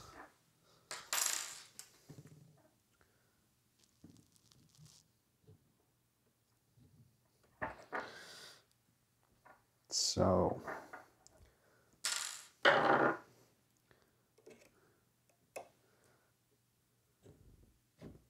there you go.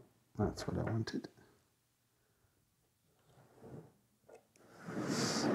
Just aligning this. There. Tighten this.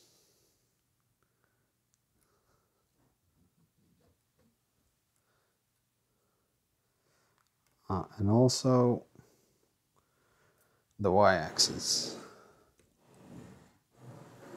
Because I did not tighten this.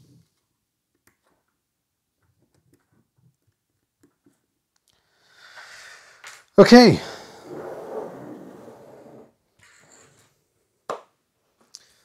I'm just going to throw on some tape on this.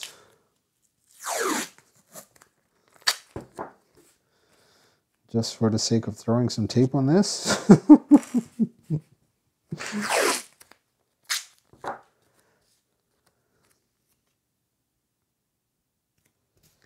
I hate tape, but that'll have to do.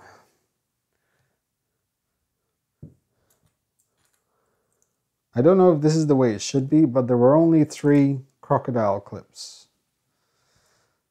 Would have been nice to have 4, not trigger my OCD. Okay.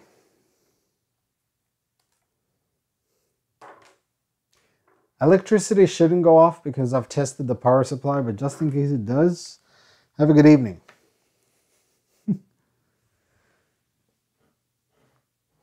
It's alive. Shall we try to home this and see what happens? Position. Oh, I hate buttons. Up. Of course.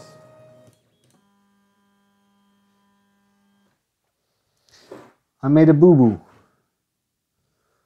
Let me check this, because I'm quite sure I actually did it as the instructions said. Or maybe I made a mistake. No, I did make a mistake. Let's see. So the switch should be inverted. Nothing major. Let me just...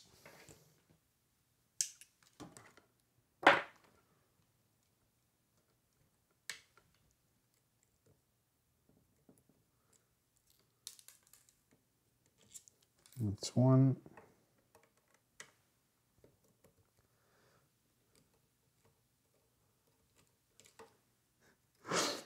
You know, it's funny because when you do a live stream, I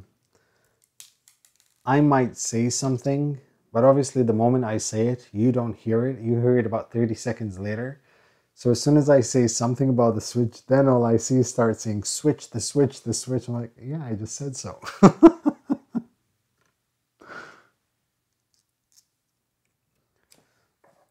Okay.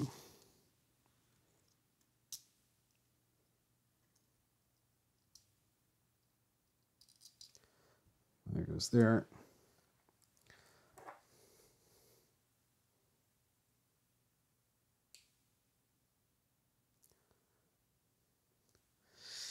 Okay.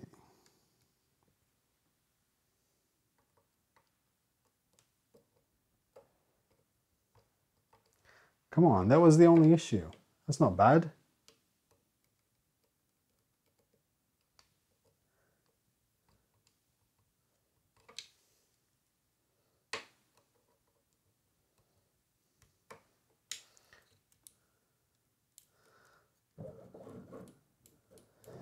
See, that helps.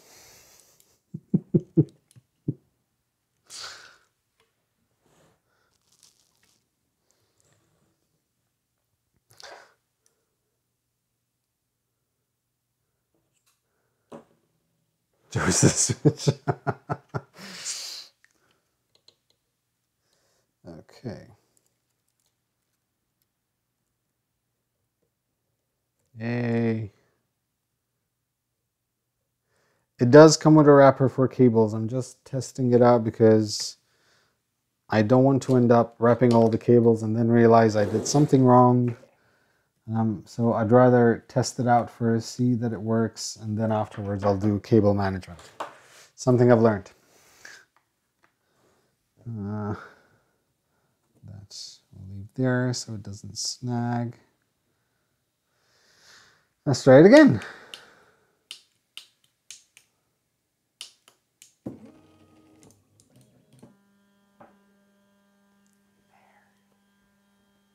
I feel proud of myself. That was 2 hours. Exactly 2 hours to the second.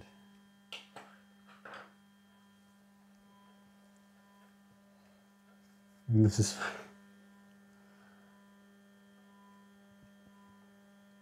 $2 hours. That's not bad, actually. A 2-hour live build.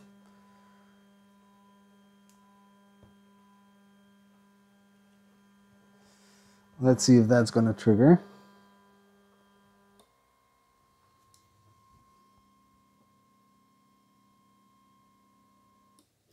Wow, not only that. Okay. I'm just going to switch it off to release the motors. And I want to... I almost also got the Z height, is the Z offset, right?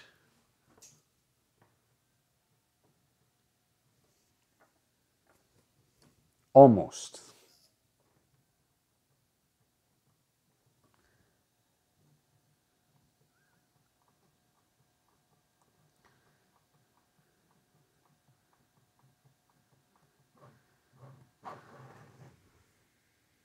Oh, okay, that makes sense.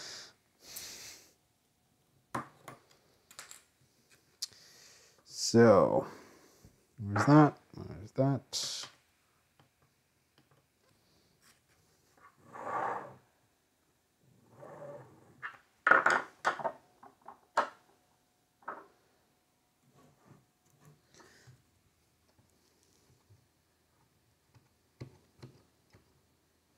Okay. Okay. So, I'm actually going to print something.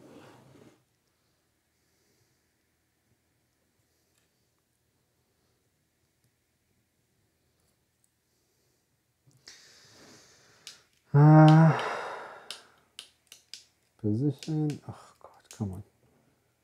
I hate buttons. I despise them with a passion.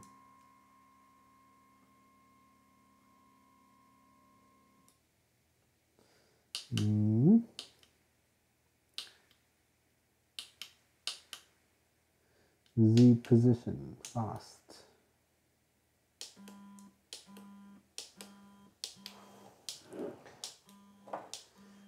Then we're going to grab some Rapunzel silver. No, I'm not gonna throw a 3D Benchy on this. Yes, exactly. The buttons, same thing.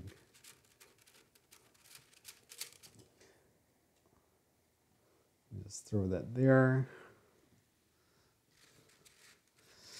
I'm gonna heat up the hot end.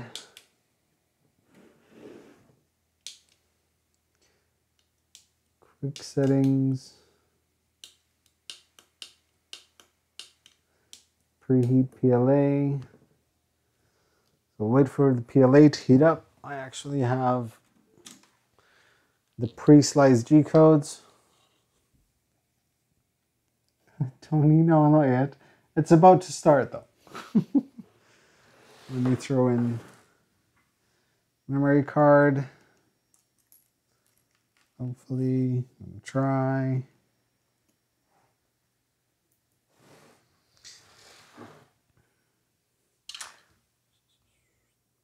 There, so you guys can see better. Wait, hold on.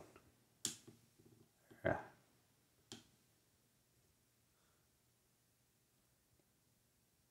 Come on, that way.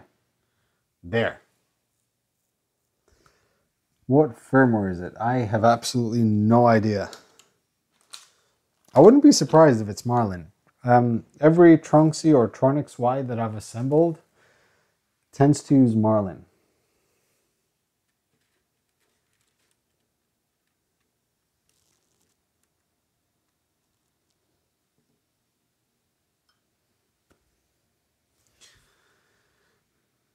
No Benchy. I'm thinking that I might start moving away from the Benchy.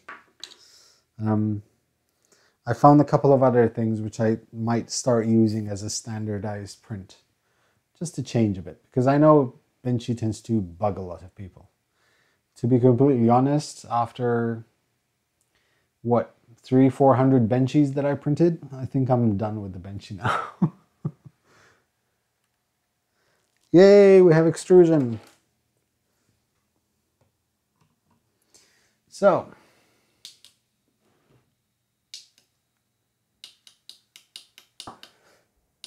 SD card, mount card,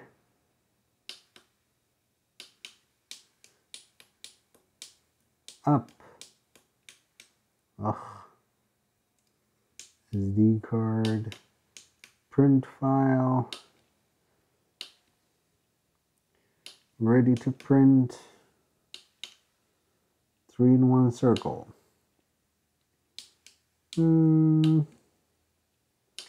Elephant.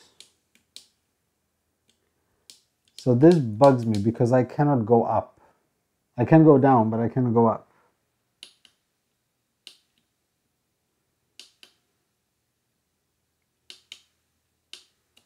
Ugh.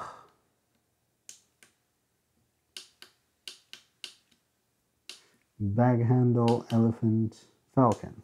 I know which falcon it is. It's the falcon from my manufacturer. It's a small one because I've checked all these files already. This is still extruding.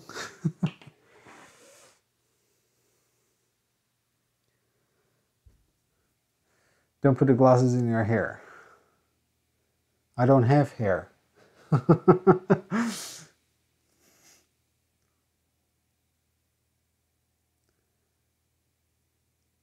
Going up costs more. That's why it's 99. I was like, okay, but if we wanted to move up, we're going to have to do it as 100.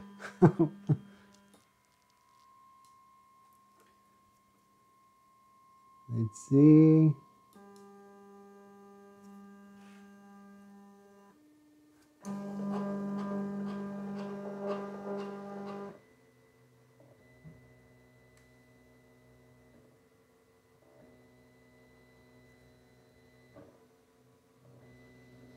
I might actually need to just there. Yeah.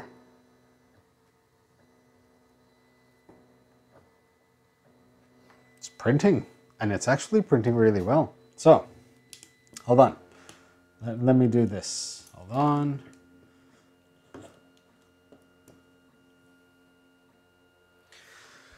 Let me fix this so I can see what you guys are seeing. Let me adjust the focus.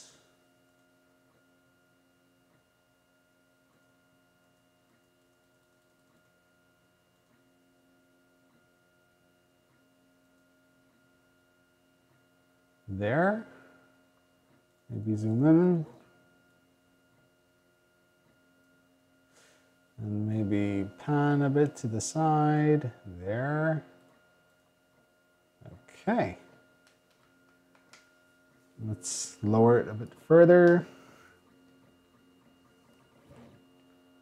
Oh, come on.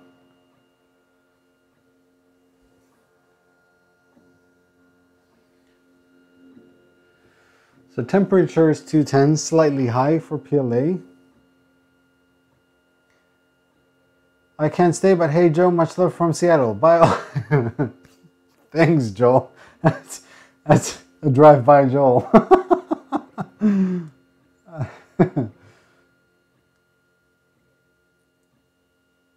So on the camera, it's actually looking, it's just the first layer. It's actually looking quite decent. Hey, the fan works. This fan works. I don't know. Come on. It's $99. It's $99. See, this is...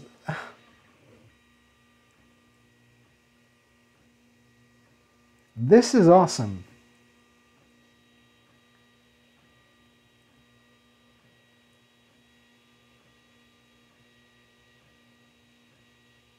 It was slightly too high on the Z offset, but it's fine. On the camera, it's looking out of focus. Hold on, let me see if I can. Let me see if I can fix it up a little bit more.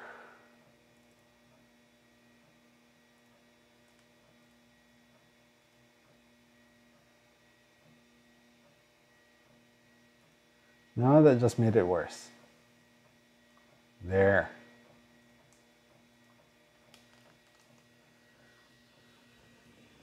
A lot better than that 99mm plastic printer I tried to sell a while ago.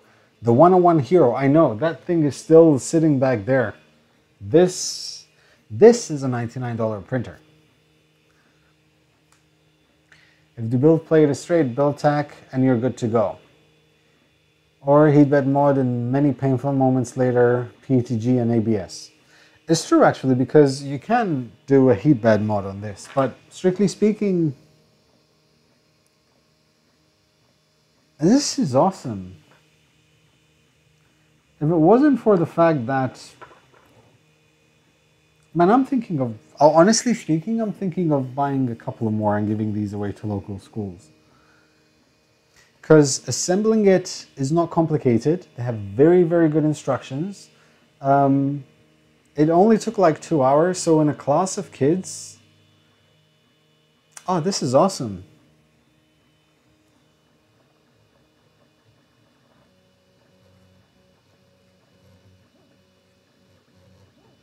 This is wicked.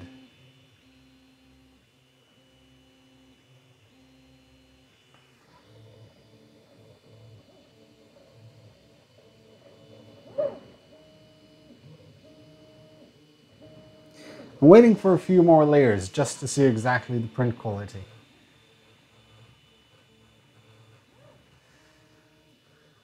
Let me just confirm.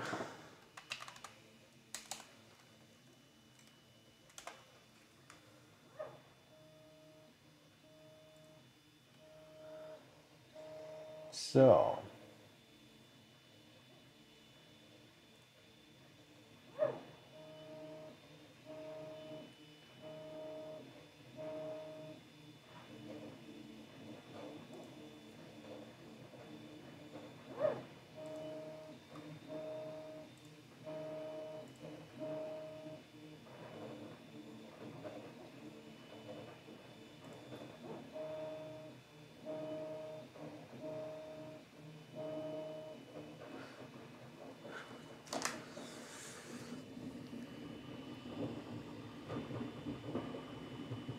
and there's a part cooling fan. Yes, and it has a part cooling fan. And it's the first ever, well, it's not a Tronxy, technically it's a STARTT, but it's a Tronxy, and it's the first Tronxy that actually had a part cooling fan. Build volume, yes, it's 14 by 12 by 13, I think. 14 by 12 by 13 in height. That's actually not noisy at all.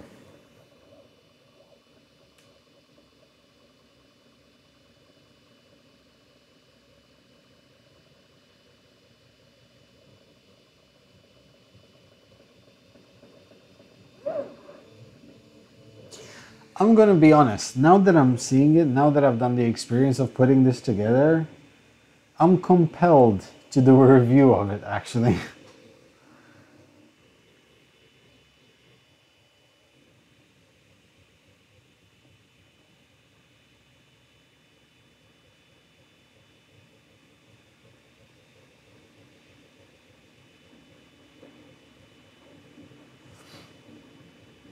Tronxy X8. I haven't tried the X8.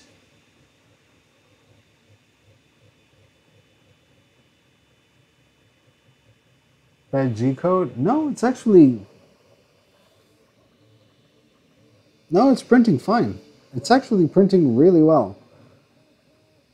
Maybe it's just... This thing on the side that you're seeing, that's just a bit of excess because it was... As it started printing, that part was too far off in Z offset. That's why it looks a bit weird on the left bottom corner. But everything else is looking quite impressive, actually.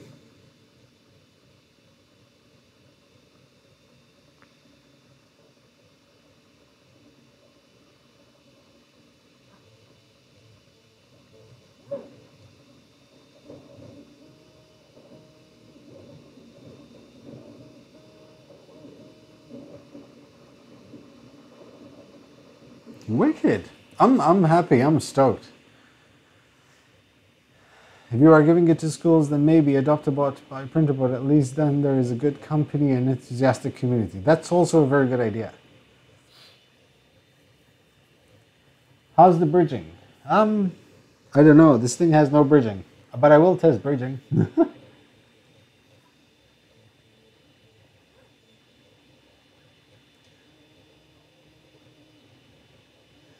It's essentially that same printer, just larger.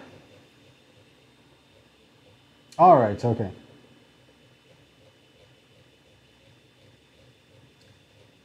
None of the slices are smart enough on the infill through certain infill layers where the flat layer will be hard to explain.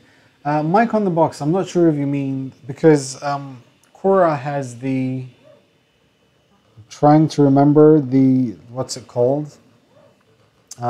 The infill is actually smart in Cora. Hey, Tykel 1982, thanks man. Infill was too low for these layers to take a good hole in the middle. No, it's actually because the middle is going to be printed upwards now. But I do agree that the infill was a bit too low for this print.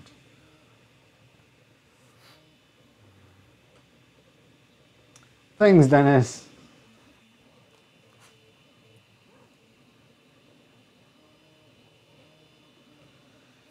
Any visible vibrations?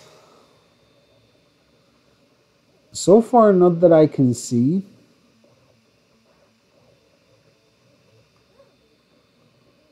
But then again, I am printing with filamentum Rapunzel silver. So, Joe, what speed is it printing at right now? I honestly don't know because this is a pre-sliced G code. If I had to guess, I'd say about 40 to 50 millimeters a second. More 50 actually. And 50 millimeters a second, it's not slowing down for the outside layer.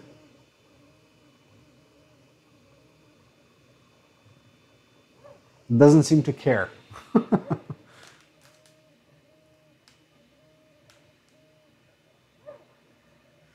So interesting thing, this is a bird. And I'm wondering, but it's looking that way. It's not looking this way. It's looking away from the fan. Shouldn't be the other way around.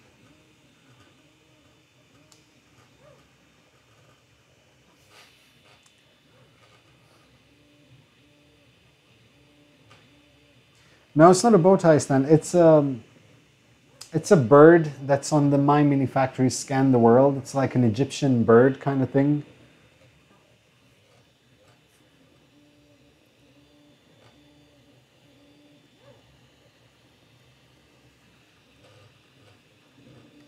Oh kid, I think it was about...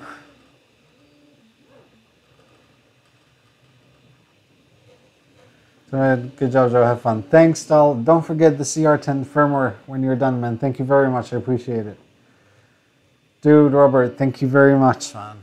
Good stream. Here is about 1/10 of the cost of the print. Thanks, man. I appreciate it. I appreciate it very much, man.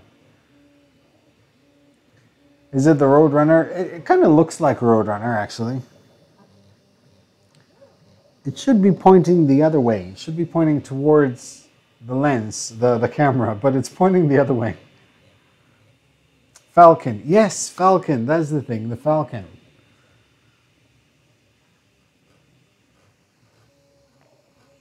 On the upside, it's 26% done, 27% done.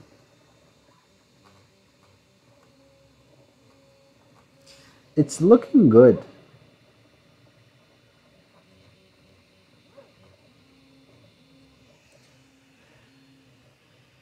In S3D, is it possible to do a retraction for movement inside the model?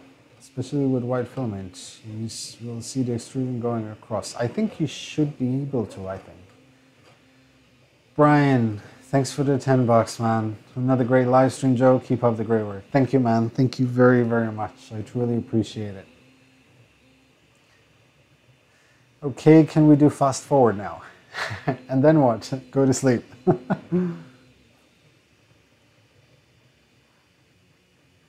Anyone's got any tips against the dreaded first layer elephant's foot? This drives me nuts on my print in place tries.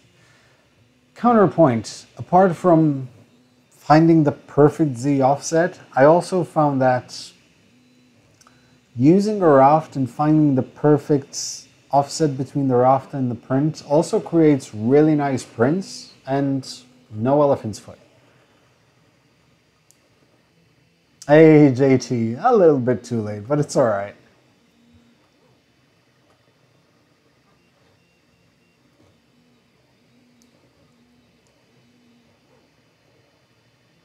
It is actually very quiet. I'm impressed. I'm honest, I am impressed. I really like when I don't have any particular expectations from a printer, and yet it performs really well. It's a relief. It is looking really good. I'm actually gonna... Joe, so it is a good purchase? Honestly, yes. Honestly speaking, yes, it is. I'm gonna take a photo of this and I'm gonna upload it to Twitter. Wait, flash.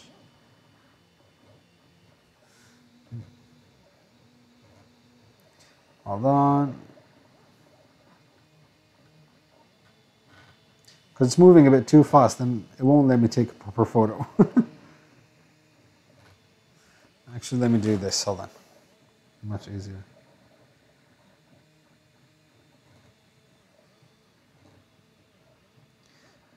Stop moving.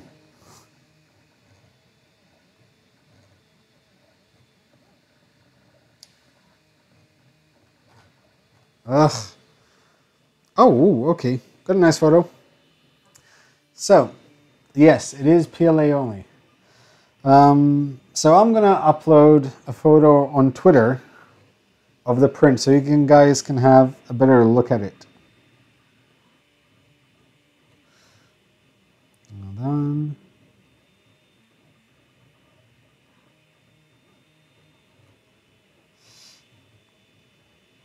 No. That one. Of the imakr.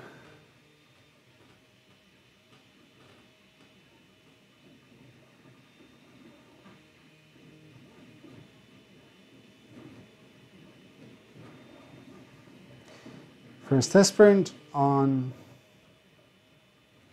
the imakr store STARTT 3D printer.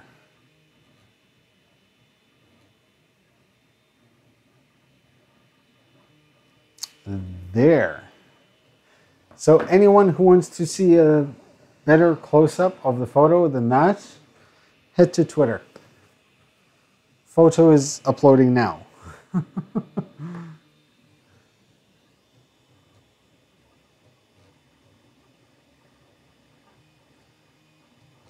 It is with Maltese Falcon Humphrey Bogart.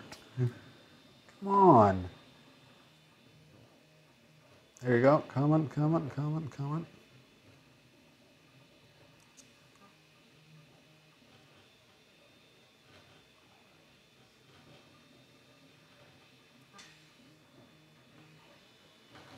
There you go.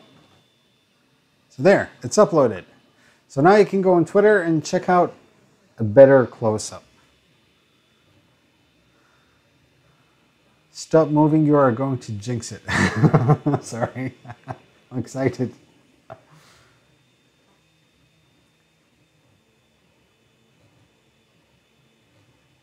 Move the camera back and forth in time with the trick.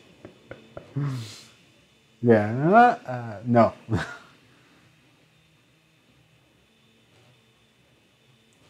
Would make Joe look like a woodpecker.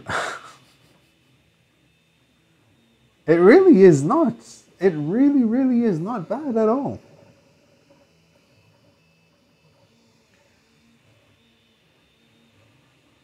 On the photo, I can see that on the camera, what you guys are seeing, it looks a bit grainy, but that's because it's zoomed in to Kingdom Come on the webcam, so it kind of pixelates a photo, the image. So the foot ends up on the raft. Seems like a reasonable workaround. The only print where I needed a raft till now was the ringing bell. Yeah, I find that whenever I have elephant's foot problem or even a slightly uneven bed, I tend to use a raft. It makes life much easier. Just time the picture with both motors changing direction.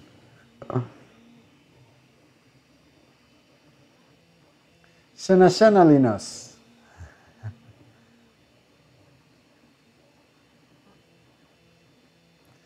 I'm assuming it's at 200 microns.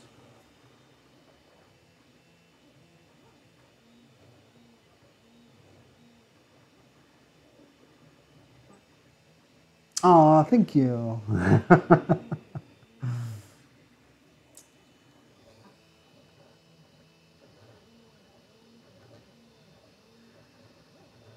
I'm happy.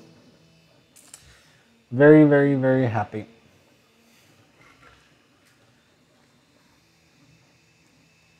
I'm trying to think how many successful streams or live builds I've had on this channel so far.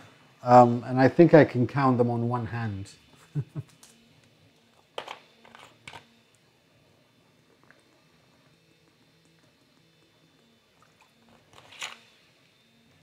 Can you see layer height on the LCD? Yeah, actually, I should be able to. So Z is 2010, 2030. So it's exactly, because it went from 2030 to 2050 and then to 2070. So it's 200 microns. 200 micron layer heights.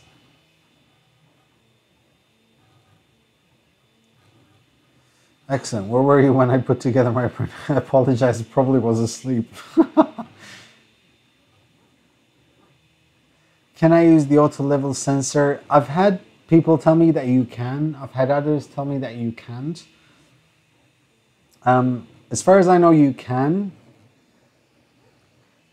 It might be close to the nozzle level though.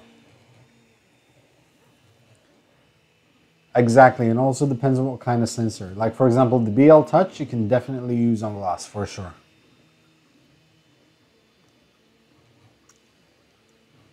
Thanks, Mike on the box. Yeah, the fact that it's only PLA, keep in mind that this is like a family-friendly 3D printer where the kids can sort of enjoy themselves, you know, and test out and print and slice things.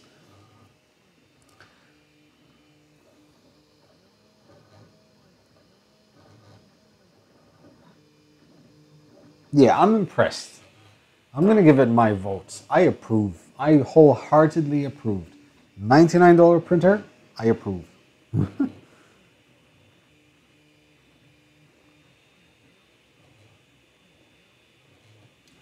Hey Joe, how often do your Noob's Guide video come out? I'm preparing to start setting up my internet. I have run out of your videos to watch. I don't really have a schedule for those. To be honest, I really don't have a schedule. I don't know how many more there will be. I know there will be a lot because I need to cover more. So like, for example, the next episode, I'll go through the print that I did, how I could have done it any differently, if I could have wasted less filaments, and we'll go into more settings for Cura.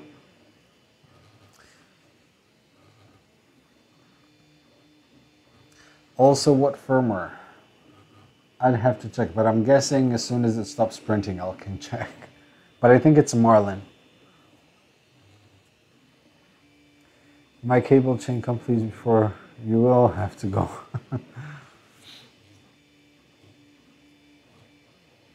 Better to get something like Ender 2. Honestly speaking, I really approve of the Ender 2. I do have some discount codes.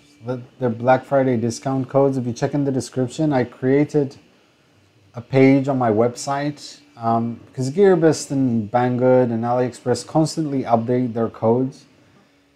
And I was tired of trying to keep track and changing every codes on all the videos. So I created like an affiliate page on my website. So I put all the codes there with the links and people can just go there and yeah.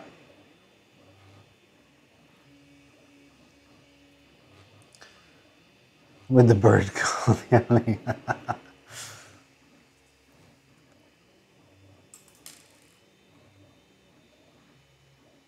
I just heard a screw come loose.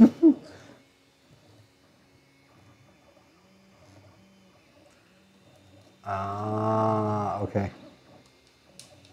Okay, it's for the screen. Okay, so nothing major then. All good. Crisis averted.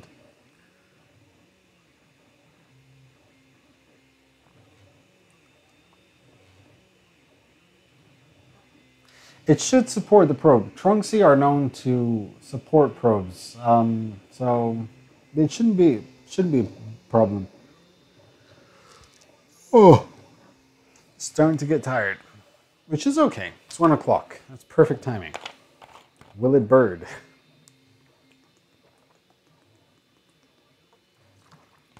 Yeah, screws are overrated.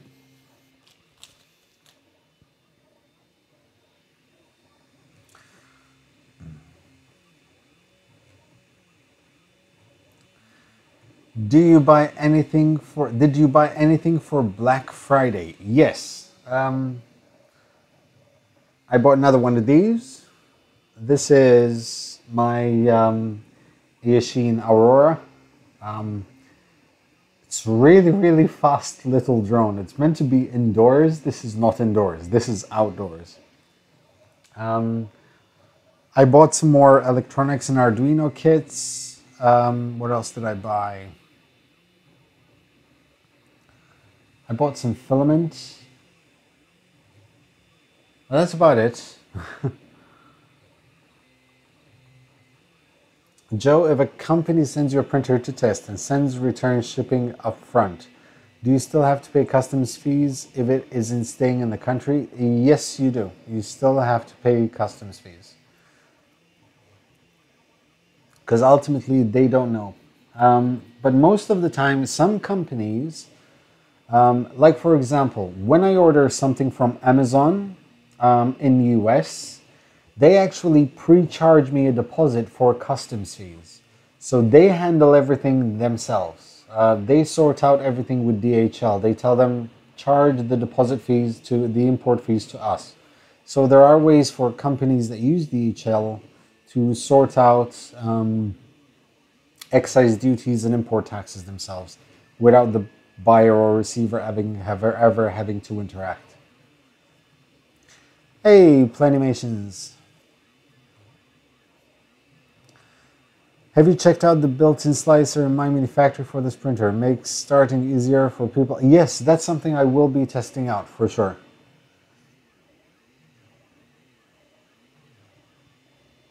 Joe, is the 3D Noob printer on the works? Oh yes, it is. Definitely is.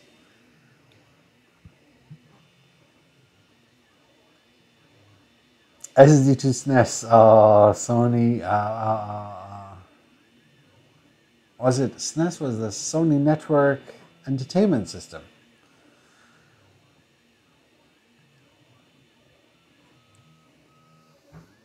This is almost ready.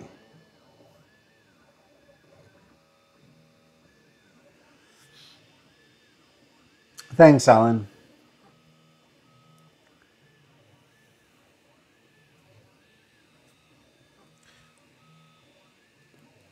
Okay. And let me show you guys from the side what it looks like. Ooh, that's better.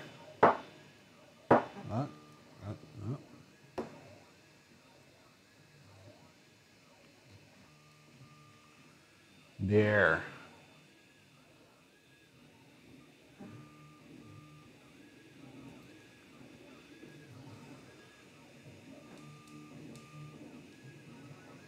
Come on.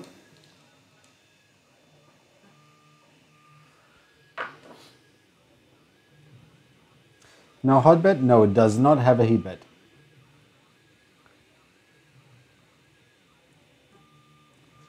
Ten more minutes. No, less. It's at 93%. I'd say about 2 more minutes, actually.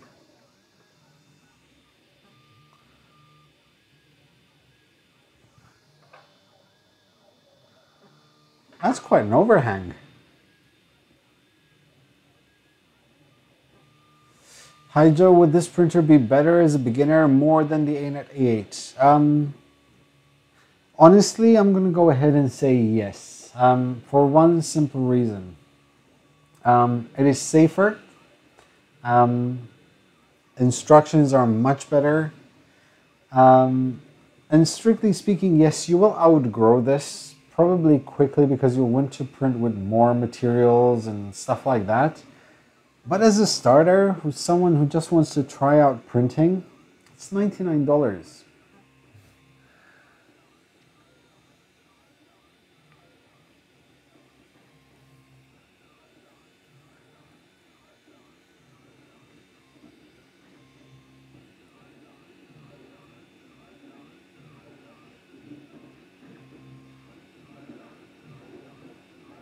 Big Ben, no benchy.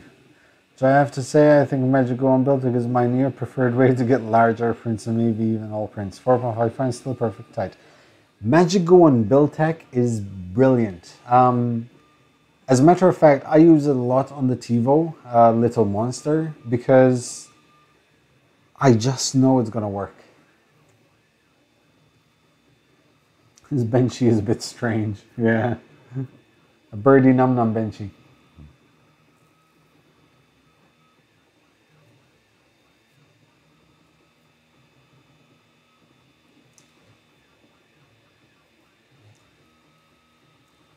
What infill percentage? It looks like around 3%, 4%, something like that.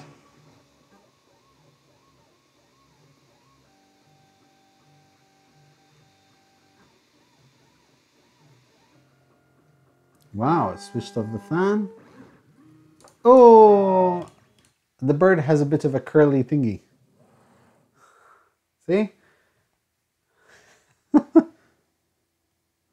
Let me make it, wait, hold on. I want it to dry or solidify upward. There you go. This looks awesome. Hold on. Let me get that. Let me get this. See, this was just, it was barely stuck on there. That is impressive. Let me see if I can fix that up a bit. Hold on. Let me remove the zoom. Then I'm going to do autofocus. And then I'm going to do this.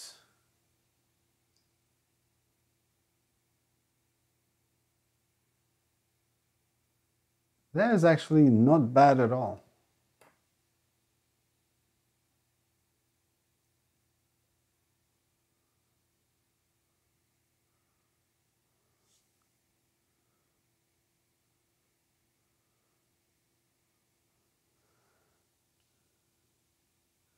Those are the seams for the retraction. That is actually really not bad.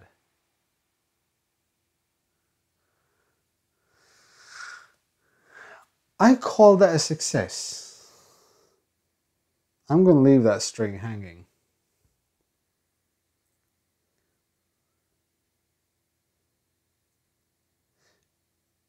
Very minor tweaks, possibly slightly slower speed so it doesn't shake. Just tighten a few bolts. That is impressive.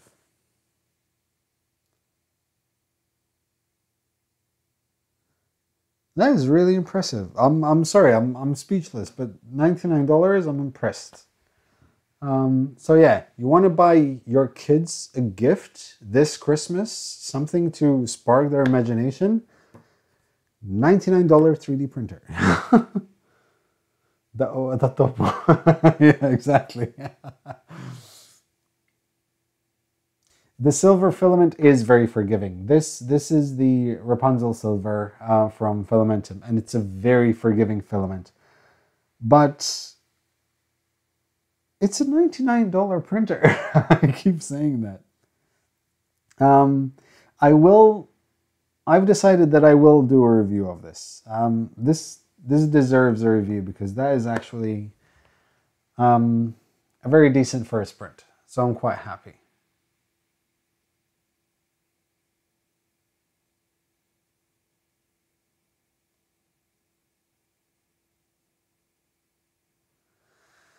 Yep.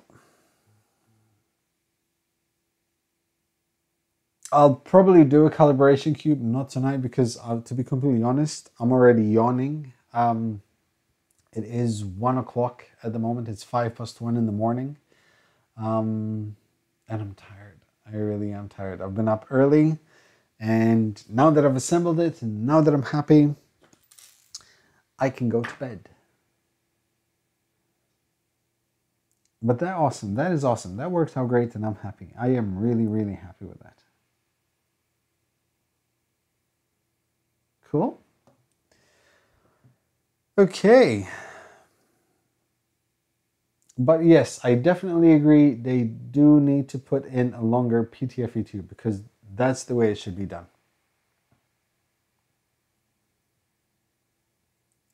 So I beat your cable chain piece. The day is just starting. Oh no, the day starts when the sun comes up in my world. Right. All right, so I guess a huge thank you is in order. I call this an absolute success. It's a lot of fun. If you've been thinking of actually getting something like this for your kid to, I just go for it, honestly speaking. Yes, it will require some tinkering, some bit of patience, but it's worth it, honestly speaking. I'm impressed. And yeah, it deserves a review, so I will definitely be doing a review of this. So thank you very much for watching, guys. Thank you for joining in. It's been an absolute blast.